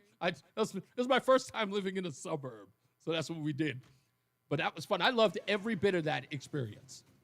I would do it again. No, actually, no, I don't have the patience. Let's get another check of weather and traffic. Well, Bob Larson and Mark Christopher's in the BPS Traffic Center. How we doing, Mark? Well, we're doing okay, Reese. If you're southbound 91 coming in. You're clear. Thank you. 33 Jennings Road again down by exit 28. Hartford Weathersfield line, another bump as you move 19 to 17 on the southbound side of 91 in Meriden. Northbound 91 moving well. Cromwell through downtown up in Windsor. Westbound 84 slowing, approaching the Bulkley Bridge up to 44 Prospect Oakwood. 84 eastbound slows 44 into the tunnel. 291 through 84 okay. 2 eastbound moving well. Glastonbury to Marlboro. Quiet Middletown. 84 westbound Waterbury. Some slow traffic. 22 to the Mixmaster.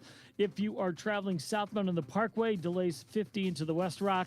Northbound Parkway slowing 46 into the West Rock Tunnel. 95 southbound, you got delays 46 down to 44 in New Haven. Traffic and weather together on the 8 WTIC News Talk 1080. Brought to you by NJM Insurance Group. Why is NJM Insurance silent in an industry full of catchy jingles? And how do they do what's right when things go wrong? Tune in to Baffling Mysteries to find out. This fictional podcast is brought to you by NJM. No jingles or mascots, just great insurance. Insurance underwritten by NJM Insurance Company and its subsidiaries. WTIC weather. Pleasant the rest of this afternoon. The mix of clouds and sunshine along with low humidity. High 79. Partly cloudy tonight. Low 52. Tomorrow sunshine and some high clouds. The warm afternoon. High temperature 80. Partly cloudy and breezy tomorrow night. Becoming cooler. Low 49. Breezy, cooler weather on Wednesday. Plenty of sunshine with an afternoon high of 68 degrees. And we look for similar weather on Thursday. I'm Bob Larson of the WTIC Weather Center. If you want thick, healthy, gorgeous hair, then you need Hair Volume by New Nordic. Available as a tablet or delicious gummy. Hair Volume is available online at Amazon and NewNordicUSA.com or in the hair aisle at your local CVS. WTIC is celebrating 100 years on the air and 100 years of serving Connecticut. This is WTIC and WTIC FM HD2 Hartford, an Odyssey station.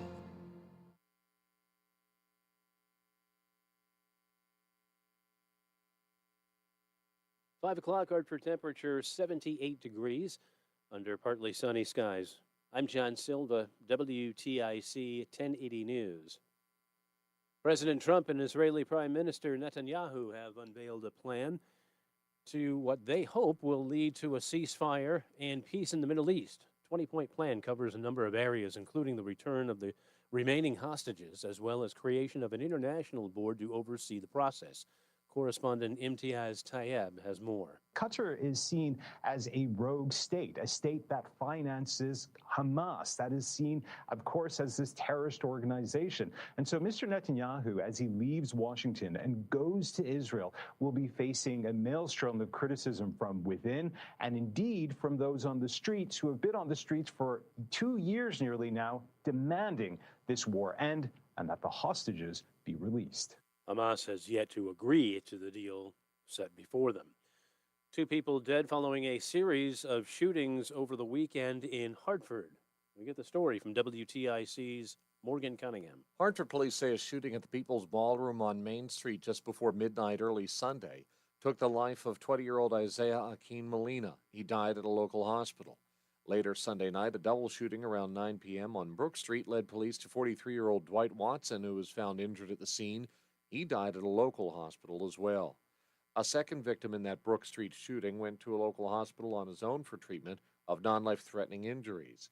At least 2 other shootings were reported during daytime hours Sunday, with no serious injuries reported. All of those shootings are under investigation. There's no word of any suspects or arrests in any of the cases. Morgan Cunningham, WTIC 1080. Work continues on a water main that broke last week in Waterbury. And word is now that after several hours of having the water shut off, it should be back up by 7. The parts needed to complete the job arrived over the weekend, says Mayor Paul Pernaruski. If everything works right, we should be back in business in about 6 hours. They're going to run a bypass from while they're working on the valve itself. But once the temporary valves are dropped in, the drop-in valves are put in, they can actually recharge the system. And that main dates back 130 years to the 1890s. Officials thought they might have to close school today, but that wasn't the case. And the city's hospitals have water tankers on standby if need be. Union school bus drivers serving Middletown and Cromwell will not strike Wednesday as scheduled. Teamsters Local 671 communications organizer Brian Chong says their old contract has been extended to the end of the week to allow talks with DATCO to continue. We are agreeing to this contract extension with the safety and the ability of our children to get to school in mind, and also because the company has shown some willingness to negotiate over some important provisions that they were previously not willing to. Well, the wages and health care remain outstanding issues. Chong says drivers will walk off the job next Monday if there's no deal in place. Senator Richard Blumenthal calls Republicans' approach to a potential government shutdown dumb and cruel. He says instead of negotiating to extend health care subsidies which expire at the end of the year, the Trump administration is threatening mass layoffs if there's no short-term budget deal. The administration has sought to create maximum uncertainty and has threatened maximum pain. Instead of coming to negotiate constructively, they are trying to intimidate and bludgeon Democrats into agreeing to a blank continuing resolution without preserving and saving health care. And lower mortgage rates are helping spur home buying activity. Pending home sales rose a stronger than expected 4% in August from the previous month, also up about 4% year over year, thanks to stronger sales activity across most of the U.S., with the Northeast an exception as sales declined. Pending sales are usually reflected a month or two later in the monthly sales data. The National Association of Realtors says that lower mortgage rates are enabling more buyers to go under contract, with the 30-year fixed rate at its lowest level in nearly a year at around 6.3%. Then on Wall Street, modest gains today. The Dow was up 68, NASDAQ gained 107, S&P up 17 points. For these stories and more, go to WTIC.com. I'm John Silva, WTIC 1080 News. More than a few of our patients have talked to me about their first time, but it's not the first time you're probably thinking about. It's the first time that erectile dysfunction ruined the moment. This is Dale for Northeast Men's Health. And if you're over 50, it's likely that you've had that first time yourself. But the good news is that if you're like most men, that first time can be the last time that ED impacts your sex life. At Northeast Men's Health, we're experts in treating ED. We've treated tens of thousands of men using protocols with success rates well over 90%. And those treatments, in most cases, have made sex great again for both them and their partners. You could even find that you're performing like you haven't in years. So if ED has been affecting your intimacy, it's time to make the last time that happens the last time that happens. For just $99, you'll receive blood work, a medical consult, and if medically advised, a test dose. And if that test dose doesn't work in the office, your visit is free. Call 800-930-5956. That's 800-930-5956 or go to northeastmenshealth.com. We have 6 offices across the Northeast to serve you. Northeast Men's Health, a Promenic restorative health practice. Mystic, Hamden, Putnam. When you want local news, turn to WTIC News Talk 1080, reporting on the local stories. 30 seconds. Manchester to Mystic, Hartford to Thank Hamden, you, sir. and Putnam to Plymouth. One radio station has your local news and breaking news as it happens. WTIC News Talk don't have much 1080. time. Listen on your radio, smart speaker, and on your phone with the free Odyssey app. What's up, everybody? You know who it is. You know who it is. You know who it is. It's Reese on the Radio. Frederick Douglass of the 21st century. It's WTIC News Talk 1080. It's Hollywood News with your correspondent, Reese on the Radio. All the glitz, all the glamour. It's Hollywood News. So over the weekend, I went to go see something. I only got 30 seconds to talk about it, so I'll talk about it after we get Weather and Traffic with Bob Larson and Mark Christopher. I went to go see Eleanor the Great, and this movie was directed by Scarlett Johansson. I went to go see it, but not only do I have to talk about that movie, but I have to talk about the 2 trailers that I saw as well before the film that I'm really excited to see. When we come back, I'll break it down for you. I have to say this. If you're a person who likes good, quiet dialogue films, this movie is for you. I'm going to tell you that I was pleasantly surprised at the subject matter, the acting, the storyline, all of it. It got a little campy, but it's still really good, and I want to talk about it in a minute. It's called Eleanor the Great, and I want to talk about 2 other movies that are coming out that I have to see. They're, kind of those age-old film movies. At least one of them is. And another one with Brendan Fraser that I want to see. If you haven't heard about it, go watch the trailer. But I want to talk about that when we get back, plus your phone calls at 860-522-WTIC. Let's get weather and traffic with Bob Larson and Mark Christopher in the BPS Traffic Center. I know I'm not convincing you to see any of these movies no matter what, but I'm going to. You know what? Have you seen the movie Traffic? Just that. No. You know. Have you ever seen a movie based upon your job? No. Nope. Sorry. I apologize. I've at least seen Radio Flyer, Radio Days. I've seen movies about radio. I'm teasing you, man. I've seen what's the movie on the ship? Pirate Radio. Was it called Pirate Radio? That's the English. Yes, that's right. Yeah. Pirate Radio. That's Pirate a great movie. I have seen that. So that's based on a true story. It is based on a true story. It was a great movie. Yeah, it was a good movie. All right, I'm leaving you alone now. Okay. Hey, if you're heading 84 You're clear. Plainville, we have an accident right at exit 34, and it's in the exit-only off-ramp lane there. State police behind that, so look out for a little bit of a delay there, eastbound at 34. After that, you're going to see some slow traffic moving up on 46th Avenue. Westbound 84 is tied up, approaching the Bulkley Bridge out to 45 Flatbush Avenue. And again, some slow traffic, 84 westbound, 36 Slater Road out to 33 and the 72 interchange in Plainville.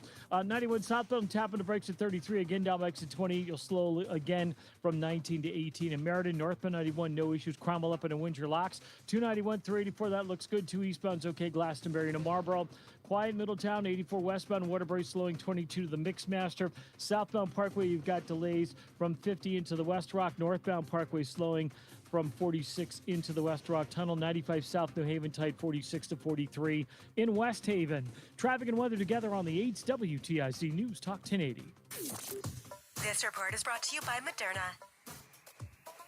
Mnex Bike COVID-19 vaccine mRNA by Moderna is now available and easy to find near you. To learn more, visit mnextspike.com. That's MNEXSPIKE.com. WTIC weather.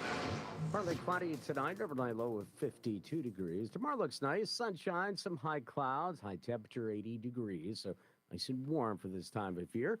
Partly cloudy tomorrow night, it'll become breezy and cooler. Low tomorrow night 49 degrees. Sunny on Wednesday, breezy and cooler, high 68. Nice and sunny on Thursday, but cool with an afternoon high of 65. Right now it is 75 degrees in Meriden. It's 76 in Plymouth. 77 in Hartford. I'm meteorologist Bob Larson of the WTIC Weather Center.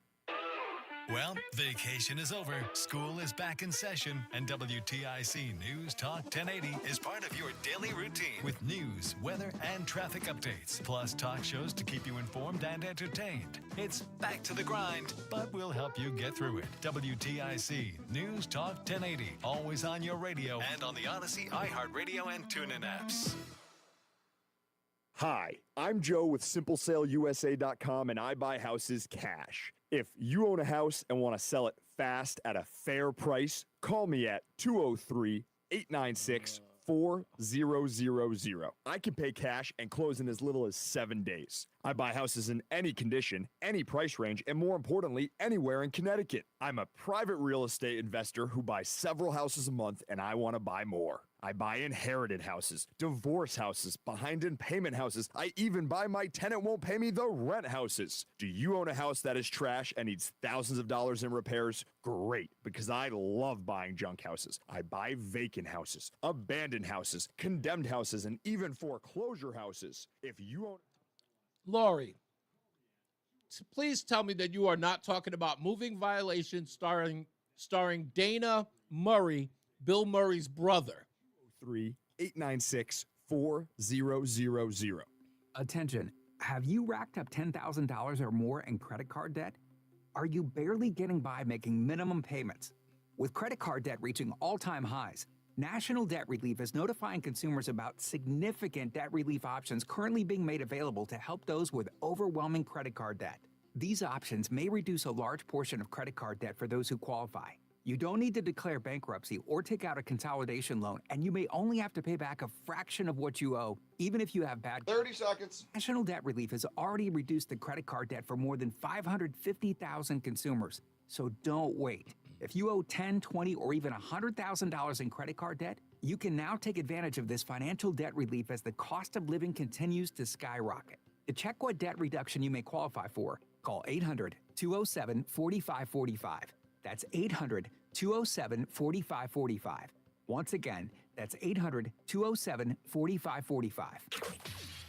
This is Connecticut's news station, WTIC News Talk 1080. Depend on it. I like some of these.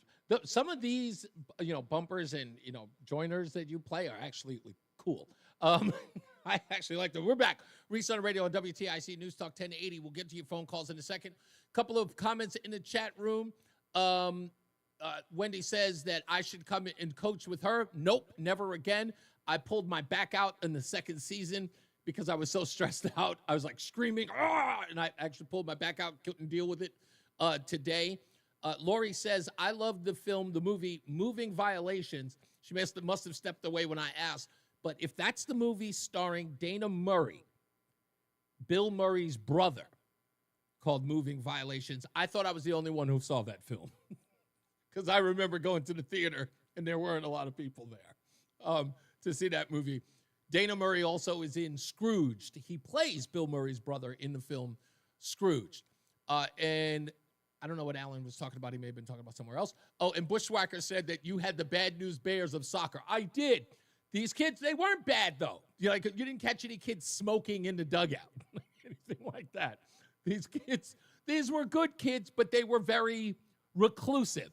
These were the, sort of the outcasts of the neighborhood. Like, they didn't have the most friends. Them as a team, they all became best friends by the end of it. It seemed like, one of those movies where the kids, they get in the class and they all hate each other, and by the end of it, they become great friends after this great challenge of winning the championship. Then they become the best friends and, sort of like Lean on Me, or no, not Lean on Me. That one's a horrible one. That's horrible. Stand By Me, something like that. Yeah, your blood pressure goes up coaching these games. You can't help it. You'll lose it. Anyway, I wanted to say in Hollywood news, Eleanor the Great, I can't tell you anything about it, but I can tell you this. The young lady who's in the film, Erin Kellyman, she was on Falcon and Winter Soldier. She was in the Han Solo Star Wars film. And I've seen her place to place. She also did a Disney show called Willow. I guess it was a TV series that didn't last. They only had one season and 8 episodes. I've never really seen this young lady act, but this was an opportunity to do so. She is absolutely adorable. Even though I kind of joke with her because I said, when you look at her face, it looks like somebody sneezed chocolate milk on her because she's a light-skinned girl with a bunch of freckles, like brown freckles on her. But she was absolutely delightful in this film. And June Squibb, the reason why I went to go see the movie, was absolutely delightful. It was a fun movie to watch. There were times where I forgot that I was watching a movie because there's a really, really bad scene that's kind of embarrassing for the main character, where I'm like, oh, I had to put my hat over my face because I couldn't believe I was watching it. It was so bad. Nothing gross. It's just an embarrassing scene. And you just kind of feel horrible for the character. So I was really invested in it. And if you're interested in going to see it, please do. I'd love to hear what you think about it because I loved it. Also, I want to mention 2 trailers that I watched of 2 movies that I definitely have to see. And sometimes people say, I don't like the trailers because they always give away the whole movie. Yes, they do. They have to nowadays. It's just a new marketing thing. But I would say go to see this movie for one reason. Soul on Fire is a movie you have to watch if you don't know what you're doing with yourself. Like if you're having doubts about whether or not your life has meaning, or if you mean anything in the grand scheme. This is the perfect movie, just watching the trailer. And I guess it's based on a story about a young boy who had 100% of his body burned, almost 100% of his body burned. And then he goes on to be a public speaker. He takes on all of these challenges as he grows up. And it's about that. But there's this one great line in the movie which talks about, you only having this one life and doing the most you possibly can with it and not complaining about it, not complaining about the life you should have had or could have had, making the most of the one you do have. And that message in the movie really resonated with me. And I'm like, I have to see that movie. And last but not least, and then I'll go to the phones. The last movie was an actually interesting film, but then I found out it's real. Brendan Fraser is in a film called Rental Family. And it's based on real events happening in Japan, where you can rent a family if you are feeling lonely. Brendan Fraser is a, out-of-work actor who goes to Japan for this new project where, in essence, he gets to be certain people, a person who's in several people's lives, like a best friend, and I guess like a best friend, I think, is another one. And another one, he gets to be this little girl's father from the United States. It's just a whole bunch of crazy stuff. But I watched the trailer, and I immediately was blown away. I saw it once a couple of months ago, wasn't really paying attention, but watched it this time, and now I have to see it. And Conan O'Brien did a bit. By the way, if you look at it on YouTube, Conan O'Brien did a bit when he went to Japan where he actually rented a family as a bit on the Conan O'Brien show. As it turns out, that I didn't know from this thing, was that he asked, hey, if I wanted to extend the services of these individuals to play my family members, how long could I do it? And the guy tells him in Japanese, 3 years. These are actors you can pay for, you can buy or rent for 3 years to play your family members. I'm not going to tell you, you have to watch the Conan O'Brien skit because even he recognizes it, that it's a little odd because the people you can rent as a family, you can rent a wife, a husband, and even a kid to play your kid in Japan, I should say, in Japan. They don't speak a lot of English, but, that's pretty much the role that they take. And you can rent them for 3 years in that role. So if you're interested, check it out. I just wanted to mention that. Now, let's get to the phones. 860-522-WTIC. Mark is in West Hartford. What's up, buddy? Hey, so this Chris Baker story, I wasn't familiar with it, and then I looked around after you talked about it. Now, the one thing I do know, because I raised 3 boys, and they played every sport possible. Of course, I'm in West Hartford. Soccer, lacrosse, football, baseball. And the one thing that they have for any sport in Connecticut, the fact that I just Googled it because I figured there's even more than back when my kids played football. I just put football clinics in Connecticut for high school athletes. Yeah. Why doesn't Chris start now? Now, most of these are for profit.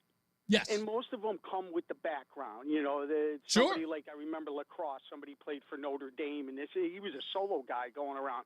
He made a boatload of money running a clinic. He brought some other collegiate athletes. It was during the summer. I mean, if Chris really wants to help out these students, why doesn't he just go on social media, find a location, and hold a clinic? Well, it turns. I can answer that. I can answer that for you because, and I knew the question would come. So it turns out that a couple of years back, Chris Baker did do exactly this. In fact, the school was on board. There was a relationship between him and the school and this program that he ran. Now, it was separate from the school. It was sort of in conjunction. Everybody was fine. The relationship was great. But then it ended, and he had been gone for a couple of years, according to what they tell me. And now this new sort of relationship, or now their lack thereof, this new sort of interest by him into the school is not being done in a respectful way, in the way in which they see it. It's like it's a little intrusive and undermining the actual coaching staff. And he's not doing it the way that he did before. They almost feel like they're being railroaded as a sort of NFL guy. He's using his credentials as being in the NFL as somebody who's kind of running roughshod over the folks who have a program to run, and that can be disruptive. You know what I mean? And that's within the school, but why doesn't he try that leads me to believe, so if you are running one of these clinics, and let's say you were a former coach or existing coach, you've got a clinic, and you've got this NFL player just itching to be involved in all aspects of helping these student athletes out. How come they're not reaching out to him? That's telling me a little something about this guy and his behavior, because it sounds to me like he'd be a good asset to any clinic. Like, you'd be able to go, hey, we've got Chris Baker, formerly of blah, blah, blah. Yeah, and there are some reasons for that I cannot, for legal reasons, cannot disclose. But let's just say like that's a pain in the butt. I can tell already without having specifics. I can tell there's something there. Yeah, again, like I said, for legal reasons, I cannot discose. But that it's not fair for me to do that. And because if I could, I would, but I can't, so I won't. But yes, there's other parts of this I get it. But if his intentions were pure helping out these kids, there's so many different ways he could do it on so many different levels, whether it's just moving on or actual techniques or all of it. Yeah, and I agree. mean, That's to exactly. want to be on that school property, that's leading me to believe that this is a little deeper and it is. Whatever. It is, and the stuff that I know was told, off the record, so I'm keeping it off the record. So. Yeah, no, but I think most listeners could figure it out, too. It's like those of us in Connecticut especially, I mean, I spend a lot of money on these clinics, and I don't think he needs the money if he's willing to go in there and do all this for free. So, you know what? Set up some free clinics and have at it. And then the parents could decide if he's that valuable to these kids and families and parents, then it should be a win-win. All he has to do is advertise himself, where to show up. You know, there's plenty of... And according to many reports, Mark, they say that there are some parents who like the guy and really do, and are encouraged by what he's trying to do. So I would say it's not like he doesn't have support. I would just use that as the... Well, it sounds to me he doesn't need to be on public property to do what he wants to do. Indeed. And he should just stop it and move on. Exactly. If he keeps it up, then he's losing credibility about what he really wants to do. Very true. I think there's something deeper. Thanks, Reese. Thank you, man. I appreciate you. White Mike calling all the way from parts unknown. What's going on, boss man? Hey, man. So I worked all day, of course. So any update on what was up with the guy who shot up the Mormon church in Michigan? It's funny that you should ask that. So I do have this part of that story here. according to an interview that the Gateway Pundit did with, I guess his name, he's a Burton resident, who said that he spoke with Thomas Jacob Sanford, who is the guy who drove the truck into the Grand Blanc, into the church. In a conversation with him, he says that the conversation went south because he was referring to Mormons as the Antichrist in his conversation. He had a personal issue with them. And let me see if I can actually get the quote. He says, Chris Johns told us that although many on social media are attempting to make this a left-right issue, we spoke with him for about 20 minutes. He said not one time did he mention the current president or the former president, Charlie Kirk, or the past president. He said he explained that in addition to about 5 minutes of their personal banter, the rest of the conversation was focused exclusively on the Church of Jesus Christ of Latter-day Saints. And he said that that's what this was about, that he was considering them the Antichrist, that this was just religious in nature. Someone also tried. Look, they're a little wacky, okay? I mean, if you really dig into Mormonism, it's a little weird. But I don't know if these people are the Antichrist. Yeah, that's a bit extreme. I think it's a bit ridiculous that they change their rules according to whatever the prophet says God told him. And they've done that twice since the 1860s. You know the story on that real quick? Well, I don't know about the change in the 1860s, but I do remember 1974. Is that the other one? Yeah, well, in the 1860s, the Mormons were continuing to have polygamy. So the federal government said, That's right. We're going to send troops in here and stop you. So the elder says, let me go talk to God real quick. He goes to his room, and he comes back, and he says, hey, I talked to the big guy, and the big guy says no more polygamy, so quit it. And then in the 70s, the same thing. He was like, hey, God says the dark ones are not the sons of Satan, so they're fine. Yes, the one that prompted Mitt Romney to pull over in Philadelphia and have a good cry. Which I always ask, exactly what were you crying about, Mitt Romney? Yeah, dude, I mean, there's a lot of other religions to have beef with besides the silly Mormons. Yeah. I mean, their stuff's a little wacky, but, damn, it's not like... I know, they're Muslims. You know what, to me, what I would say was like, this sounds like having beef with the Amish. You know what I mean? It's like, it's not... Oh, now, I have beef with those people. I don't like the Amish at all. I'm not going to let you air that grievance today. I got to take a break, Mike. I got to go. Right. You got it, man.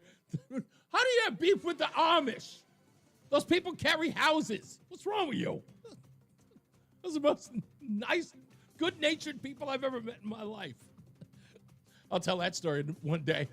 Let's get another check of weather and traffic with Bob Larson and Mark Christopher's in the BPS Traffic Center. Hey, Mark. All right, Reese, thank you very much. You're clear. You know, Hartford right now, westbound side of 84 delays. Those people were so nice to me. 47 Sigourney, 84 eastbound. So I used to work with a guy. We did car shows. It was all Volkswagen, classic Volkswagens.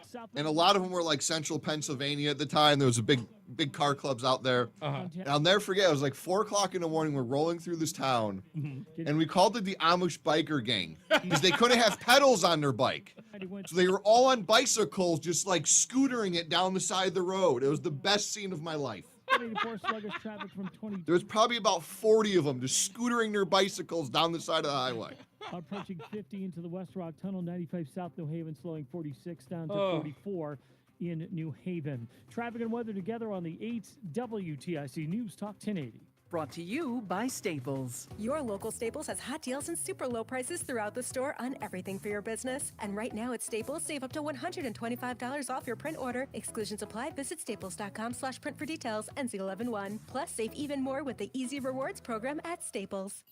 WTIC weather. Pleasant the rest of this afternoon. The mix of clouds and sunshine along with low humidity. High 79. Partly cloudy tonight. Low 52. Tomorrow, sunshine and some high clouds. A warm afternoon. High temperature 80. Partly cloudy and breezy tomorrow night. Becoming cooler. Low 49. Breezy, cooler weather on Wednesday. Plenty of sunshine with an afternoon high of 68 degrees. And we look for similar weather on Thursday. I'm Bob Larson of the WTIC Weather Center. And now, a WTIC news update. 5:30. Good afternoon. I'm John Silva. WTIC 1080 News. President Trump and Israeli Prime Minister Netanyahu say they've agreed to a plan to end the war in Gaza, but it's unclear whether Hamas will accept the terms. Trump laid out a 20-point plan for ending the war and establishing a post-war Gaza governance. The president's plan would also establish a temporary governing body that would be headed up by Trump and include former British Prime Minister Tony Blair. Still working on that broken water main in Waterbury, but there may be some light at the end of the tunnel. Water had to be turned off as crews made their repairs, but reportedly service should be restored by sometime this evening. That main broke nearly a week ago. Word that about a half dozen fire cadets in Waterbury have resigned. This after they were allegedly caught cheating on an EMT exam. That exam is part of the process of becoming a firefighter. The mayor says the cadets opted to resign before they could face disciplinary action. Interstate 84 in Farmington was shut for several hours following a multi-vehicle crash this morning. The incident occurred on the eastbound side of the highway and closed the lanes there between exits 36 and 37 for hours. There's no word yet on the extent of any injuries. They're still doing some maintenance out there in wake of the crash, but everything has since been cleared. Weekend of shootings in Hartford left 2 people dead just before midnight Saturday. Police say a man was killed at the People's Ballroom on Main Street. He's been identified as 20-year-old Isaiah Akin Molina. Around 9 p.m. on Sunday, officers say a man was shot on Brook Street. That person is 43-year-old Dwight Watson. Man accused in the assassination of Charlie Kirk made a brief appearance in court in Utah today. Tyler Robinson charged with aggravated murder. Prosecutors going for the death penalty in this case. An attorney for Robinson asked a judge for more time to review the large amount of evidence before deciding if the defense will seek a preliminary hearing. Wall Street, the Dow finished up 68 points today. The Nasdaq gained 107 points, and the S&P was up 17. For these stories and more, go to WTIC.com. I'm John Silva, WTIC 1080 News. Picture this. You're eating good food, enjoying a cocktail with dinner, and losing weight. That's the power of Awaken 180, a weight loss program that teaches you how to eat for your body without giving up what you love.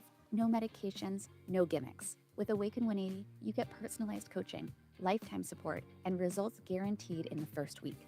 Finally, a program that makes sense and creates lasting change. To kickstart your transformation, visit awaken180weightloss.com or call 844-346-1800. Here at ALO, we believe hearing solutions to your main drain problems shouldn't cost a thing. That's why we offer free mainline drain camera inspections and free estimates on sewer line repair or replacement. Contact the trusted professionals at ALO when you call, click, or text today and say, "Hello, ALO." Call for details. Licensed for safety. HIC 628926, P10277688, S10413487, D10401465, S3308699, SM3004646, E11854643. Life insurance. Why are you putting it off? 1 minute, sir. Hassle? Think you don't need it? There's lots of excuses for putting off life insurance. But if you weren't there, who would pay the mortgage and other bills? With Ethos, you could be covered in 10 minutes and boom, family protected. Ethos, fast and easy online term life insurance. Up to $2 million in coverage with no medical exam. Some policies as low as $1 a day. Answer a few health questions and get your free quote at ethos.com/radio. That's ethos.com/radio. I'm Ed Evans, CEO of Consumer Cellular. Ever wonder why Big Wireless wants you on an unlimited plan? They probably want you to cover the cost of those 20-somethings using all that data every month. But most people 50 and up like me only use 12 gigs or less. Don't get bamboozled by Big Wireless. Switch to Consumer Cellular. Our plans start at just $20, and we use the same towers as the big guys. Join the millions who choose something better, because if you're not using all that data, you're probably getting used. Call 1-888-FREEDOM, visit consumercellular.com/facts or a store near you. Plans include $5 credit for auto pay and e-billing. See site for additional facts. Stay locked in. Reese on the Radio is on WTIC News Talk 1080. Okay, now let me take this opportunity, now that I have a couple of minutes before we get back to weather and traffic, getting you home, of course. The Bad Bunny controversy. It's not a controversy. It isn't. Okay? It's just a reggaeton artist who is against ICE and deportations in the United States. And yes, he said he would never perform in the United States because he would be concerned about his fans' safety. because I guess a legion of his fans are illegals. Okay, are we letting the cat out of the bag? Of course he is. Bad Bunny, if that's what he believes, that's fine. And then people are saying, well, he's a hypocrite if he's going to perform at the Super Bowl in San Francisco. Not the same thing. It's not a concert. The people who are going to be there are going to be held captive. You understand? This is not a concert. This is what's called a hostage situation. Now, Wendy, who has joined the program, she was a guest on the show, and she's an avid listener of the show, and I love her for it. Obviously, we were good enough for her to stick around for the program, because some people just show up and then leave. I'm probably going to get some hate on this one. I am not a reggaeton fan. I call the music reggaeton death. I'm not a fan. It's not for me. It's not made for me. For me, a lot of it all sounds the same. You know? It all sounds like gasolina. That's what I don't know. I listened to it. I tried. I can't. It's not about not following it. It's just not my cup of tea. Just isn't. But I get it. It's got a legion of fans. I can't get. Look, I'm the guy who introduced the world to Aventura. Yeah, believe it or not, I am the guy. I introduced the world to Aventura, one of the biggest bachata bands in the world right now. I was one of the first hosts to ever introduce them at the Copacabana in New York. So I get it. Some people like this music. I've been trying to figure it out for the longest. What's the appeal? I know it's more than just reggaeton music. I'm sure it's, rap and hip hop and all that stuff. I don't have but yes, and merengue too. Yeah. I get it all. I get it. Again, not hating on it. But folks, people are billing it as an anti-Trump thing, like the NFL is thumbing its nose at Donald Trump and MAGA, because that's what they want. They want that to be the story. But can I do this? This is really, really the truth. The NFL really believes it can get away with anything.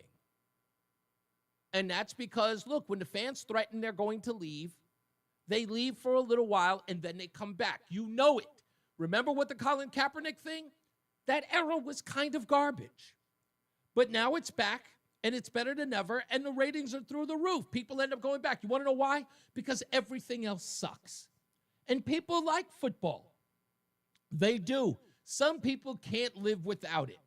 And when you know as a brand that people are going to keep coming back, sometimes you kind of go, you thumb your nose at them. And you go, yeah, I know you don't like this guy. I'm going to put him on anyway.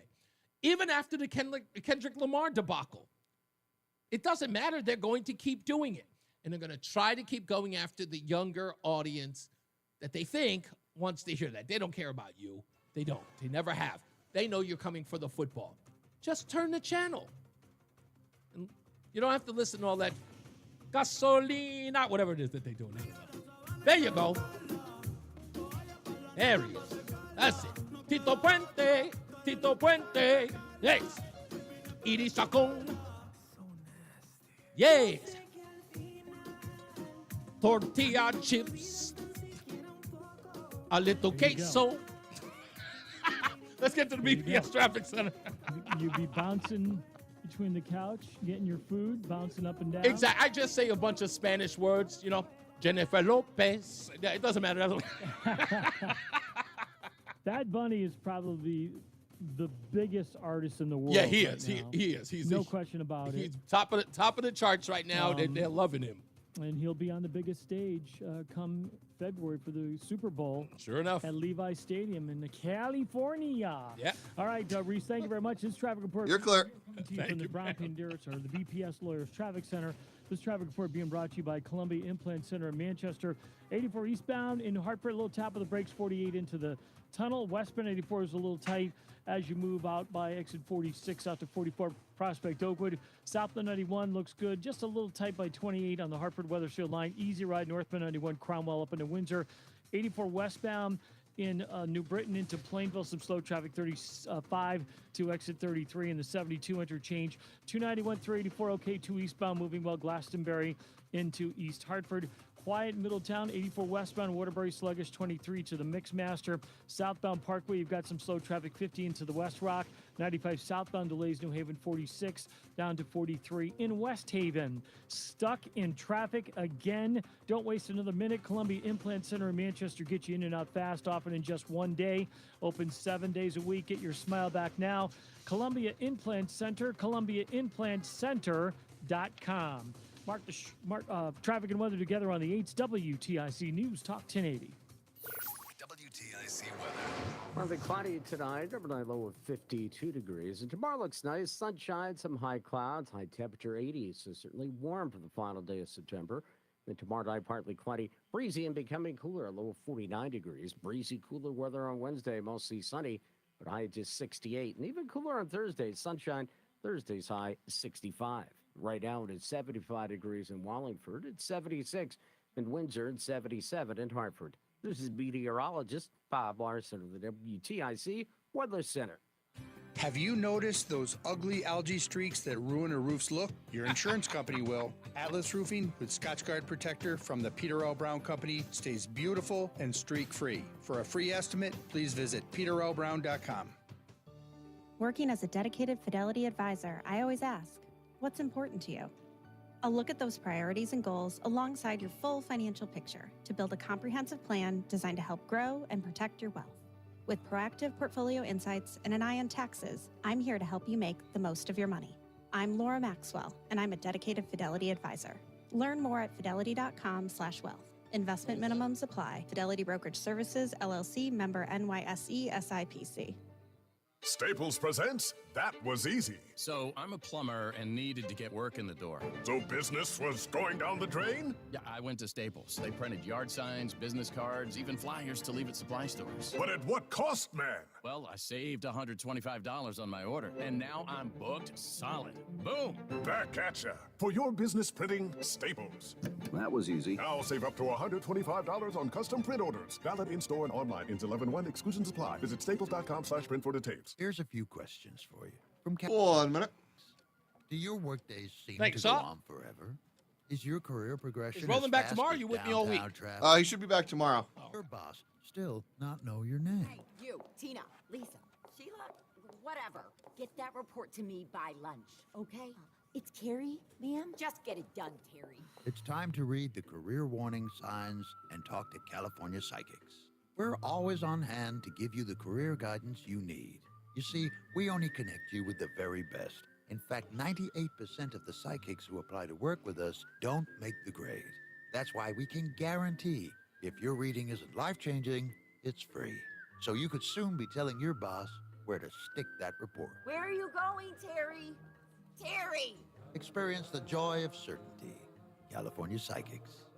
Call 1-800-PREDICT today and get 20 minutes for just $20.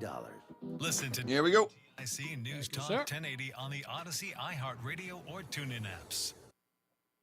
Hey, we're back. It's Reese on the radio. And wow, I thought that I had something else there.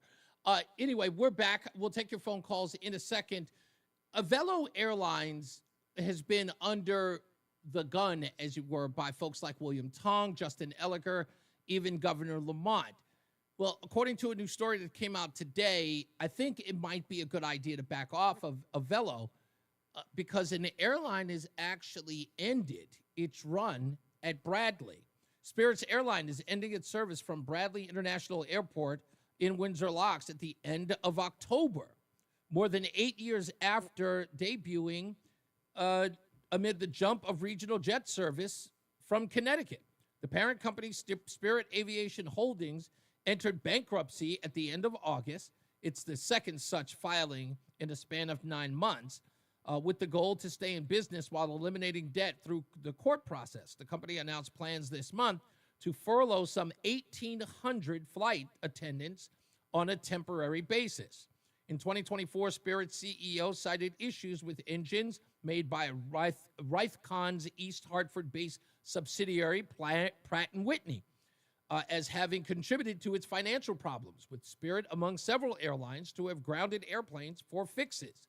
In addition to the Bradley exit, Spirit Airline is ending service at MSP airport in Minneapolis. That's Minneapolis-St. Paul, for those of you who don't know the airport code.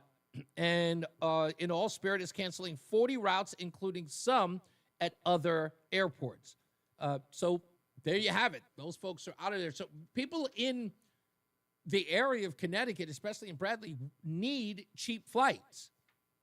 And these airlines, which are finding themselves to be unsustainable, sadly enough, as more of them keep leaving and running through bankruptcy problems, I would say leave Avello alone, because you're really going to hurt travelers in the state. You know, Avello goes and, you know, you have Continental, you have American, and every other one of the larger companies. They're going to go gouging. Folks are not going to be able to travel or go see family and do that stuff. So leave them alone. It's just not a good time. So just so you know. Let's go to back to the phones. 860-522-WTIC. Tom is in Thomaston. Hello, sir. Hey, how are you? I'm good. What's up? Hey, I got a question. I got a comment on the soon-to-be shutdown, maybe. But first, did you ever find any information? You talked about the movie news just a little bit ago. Did you ever find anything about that Morgan Freeman being in that movie about that horse? No, the story I did look up was that a studio did buy the rights to it, but they have not been able to get it done. And I think that Morgan Freeman was one of the people who were slated to be in the film, but it never got, I guess it was never done because of that. I guess they couldn't get it greenlit, and a person involved in it just said, this, let it go. So I'll look again and see if there's any other stories on it. Yeah, he wanted to play the owner of the horse, in his later age. Yeah. I think it would be a great story. It was a great story. I read it. I read it after you talked to me about it. Yeah, there's a book. I'm not a big book reader, but I keep saying I'm going to get the book and read the book on it. It's a fascinating story. I mean, he was like the star of the United States for a while. Apparently so. Yeah, it's crazy. You're crazy. Anyway, what was your other question? What was your question? I mean, your statement. Sorry. Now, I know if there's a shutdown, I know a lib, maybe our friend Tim from Wallingford, going to call in and wring in their hands.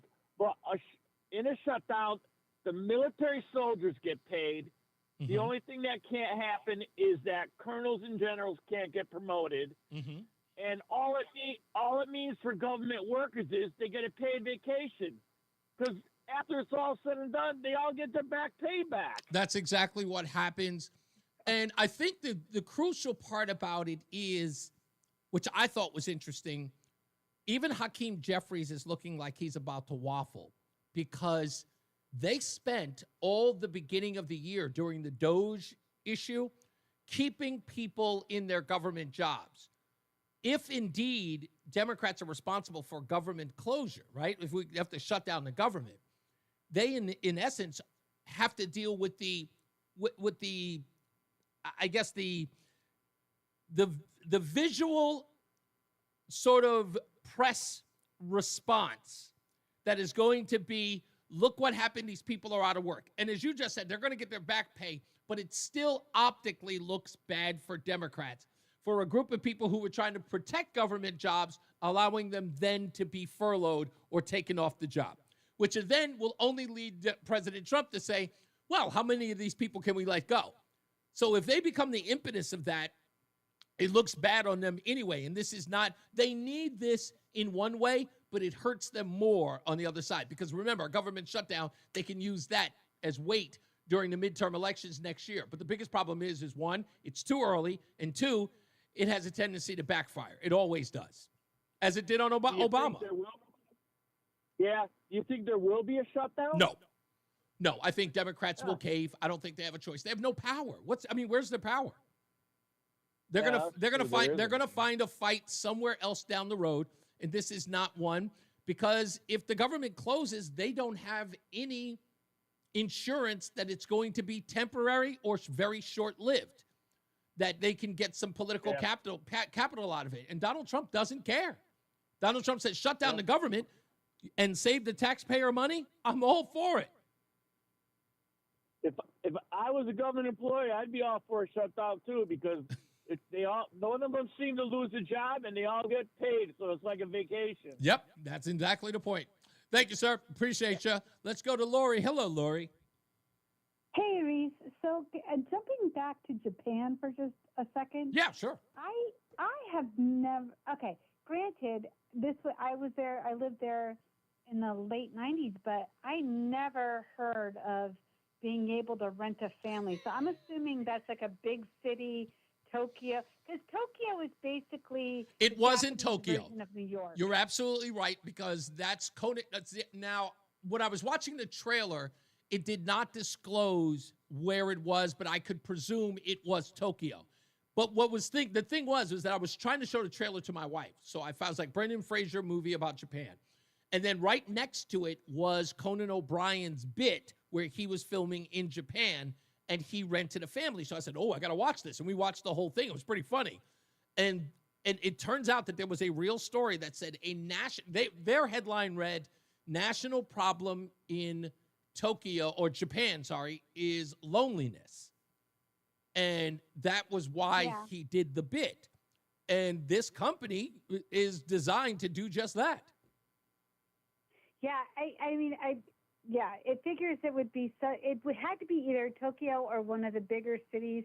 So I was up in Sendai, which is where the tsunami and earthquake happened. Yeah, sure. But Japan is, granted, it's a weird little country because you can buy underwear and porn and vending machines as you walk down the street. But it's like, so it's weird. Wait. Okay, the porn stuff, not odd. Oddly enough, weirdly enough, it's not, because I've heard of that everywhere. But underwear, that one's a weird one. Yeah. Oh yeah. You could get just about anything in Japan on a vending machine. It is odd. I'm not. Yeah, that was a little bit of a shocker when I was there. But apparently, do they have a lot of people having accidents in the streets that you have to pick up a pair of underwear? You know what?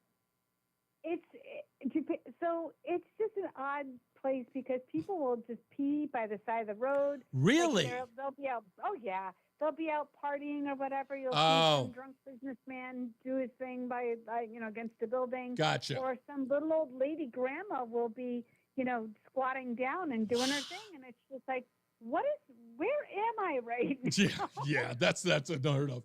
So okay, but the only reason why I say this and why it sort of made sense to me, because I got out of my own little bubble, right, being an American, but when I heard about the trailer and then I saw the Conan O'Brien bit, tell me if I'm wrong here, having been there, Lori. Okay. Is the loneliness because it's such an online world and it's very pervasive in Japan? Well, so remember, when I was there, it wasn't as right. It was in the late '90s, so right. being online wasn't as pronounced, prevalent. Yeah, but I will say, it's a very repressed country. Oh. But people, so there's very.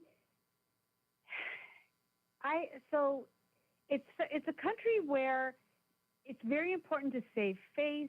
Mm-hmm. No one really wants to admit anything if there's anything wrong, if everything's not picture perfect. Is it reclusive?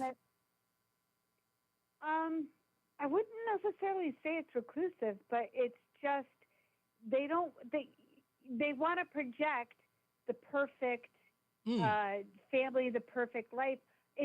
Here's what's interesting is that families in Sendai, the husbands would be called businessmen, and they would spend their weeks in Tokyo, living in an apartment in Tokyo, and then fly back to their families on the weekend. So it's such a odd situation compared to where we are here, where we're just like a car ride away. Yeah. So I could see where loneliness is prevalent, but here's this on the dark part of that, though, is that there's a lot of prostitution, as one can imagine. Really? And I won't get into some of the gory details please that don't. I know of. But I do have a really funny story. If you want to give me a second, a really funny story. Okay, go for it. Okay, so I was waiting for a train. Actually, let me start by saying my foreign friends and some of my Japanese friends said, you're kind of cute. Like, this is what's going to happen. At some point in time, some guy is going to try to hit on you somewhere. And what you need to do is when that happens, take a couple steps back, point your finger at him and say, chikan, chikan, which means pervert in Japanese. So one day, I'm standing waiting for a train, and sure enough, some guy comes up to me and says, oh, America Jean, are you a guy Jean? Yeah, ma'am, yeah, okay, I'm American. And he's like, oh, teacher. And I said, yeah, teacher. He's like, oh, sex, hotel? And I took a couple of steps back, pointed right at him, and I said, chikan, chikan, at the top of my lungs. And he scattered away like a cockroach when the light is turned on. And it was, so that worked like a charm, but it's an odd little country. Wow. I'm sorry that you went through that. I'm glad you ended up safe. Do you have any other altercations like that thereafter, or was that the only one? I had one before, but with like a grandfather guy who was following me down into the subway, and I was like, Lord, please let the train come soon. And it came soon. I jumped on, I waved sayonara, and I got on and I said bye. Lori, that's a harrowing story. Wow. And this is the reason why I won't leave. It's the reason why I won't go to other countries. They scare me. They just scare me. I'm afraid of them. My wife wants me to travel everywhere in the world. This is the reason why. You've just certified that I'd never go anywhere. Absolutely. No, but at least go to Italy. Italy is wonderful. Okay, maybe I'll do Italy. To be honest with you. Yeah, go with Frank. Go with Frank to Sicily. How bad could it be? Indeed. Thanks, Lori. I appreciate you. Bye. Bye. Ugh, I wouldn't even know what to do. I wouldn't know what to do. And they're always is that the same place where they're always bunched up in the subway? Like they're always like, oh, those things. I'm claustrophobic. I couldn't ride the subway there. Or whatever that speed rail is with all of them just bunched up on each other. Ooh, no. I have a hard time with people like hugging me. I wouldn't want to be up against strangers. How do people do that? That's just weird. Anyway, we got to get up out of here. Folks, welcome to your week. We got plenty of news and plenty of views to get into. We'll talk about the college story tomorrow. We'll get to that. We'll also break down this Middle East deal, the 20-point plan that Donald Trump has laid out, plus any other details of that. I've got this great story that I need to get into about the scandals happening in Connecticut that the news media is barely talking about, but they involve millions of dollars. And they've pretty much gone by the wayside. And one of those scandals, of course, is the one with Place to Be. So we've got all of that information coming to you tomorrow, so stand by for that as well. As I always say, radio is free, so we thank you for paying attention. Remember to keep JC in your hearts and in your minds. Sean Patrick, we love you and we miss you. Remember that panic is not planning, so plan your work and work your plan. Me, I'm Reese on the Radio. You have a good night, pleasant tomorrow. Make sure you check out the Substack. Make sure you go to ReeseOnTheRadio.com. That's REESE on the radio.com. We will see you mañana. Roland will be back. Thank you, Joey. I appreciate you as always. Always a pleasure. Thank you for always going back and forth. And I'm going to see if I can put on some Adidas sneakers. I don't know. Whatever. Mark Christopher, he's in the BPS Traffic Center getting you home. Good night, sir. See you mañana. All right, Reese, thank you very much. You too have a great night. You're clear. Thank you, sir. Really quiet on the roads. Hey, you still feeding the stream? 1 and 3 yeah, why? What's up? Well, no, let me know when you shut them down. Okay, yeah. Hold on. Slight slowdown Give me a sec. westbound as you move New Britain into Plainville between exit 36 and 33 in Plainville. Another minor slowdown as you approach the Mixmaster in Waterbury on 84 West. If you're traveling southbound on the Parkway.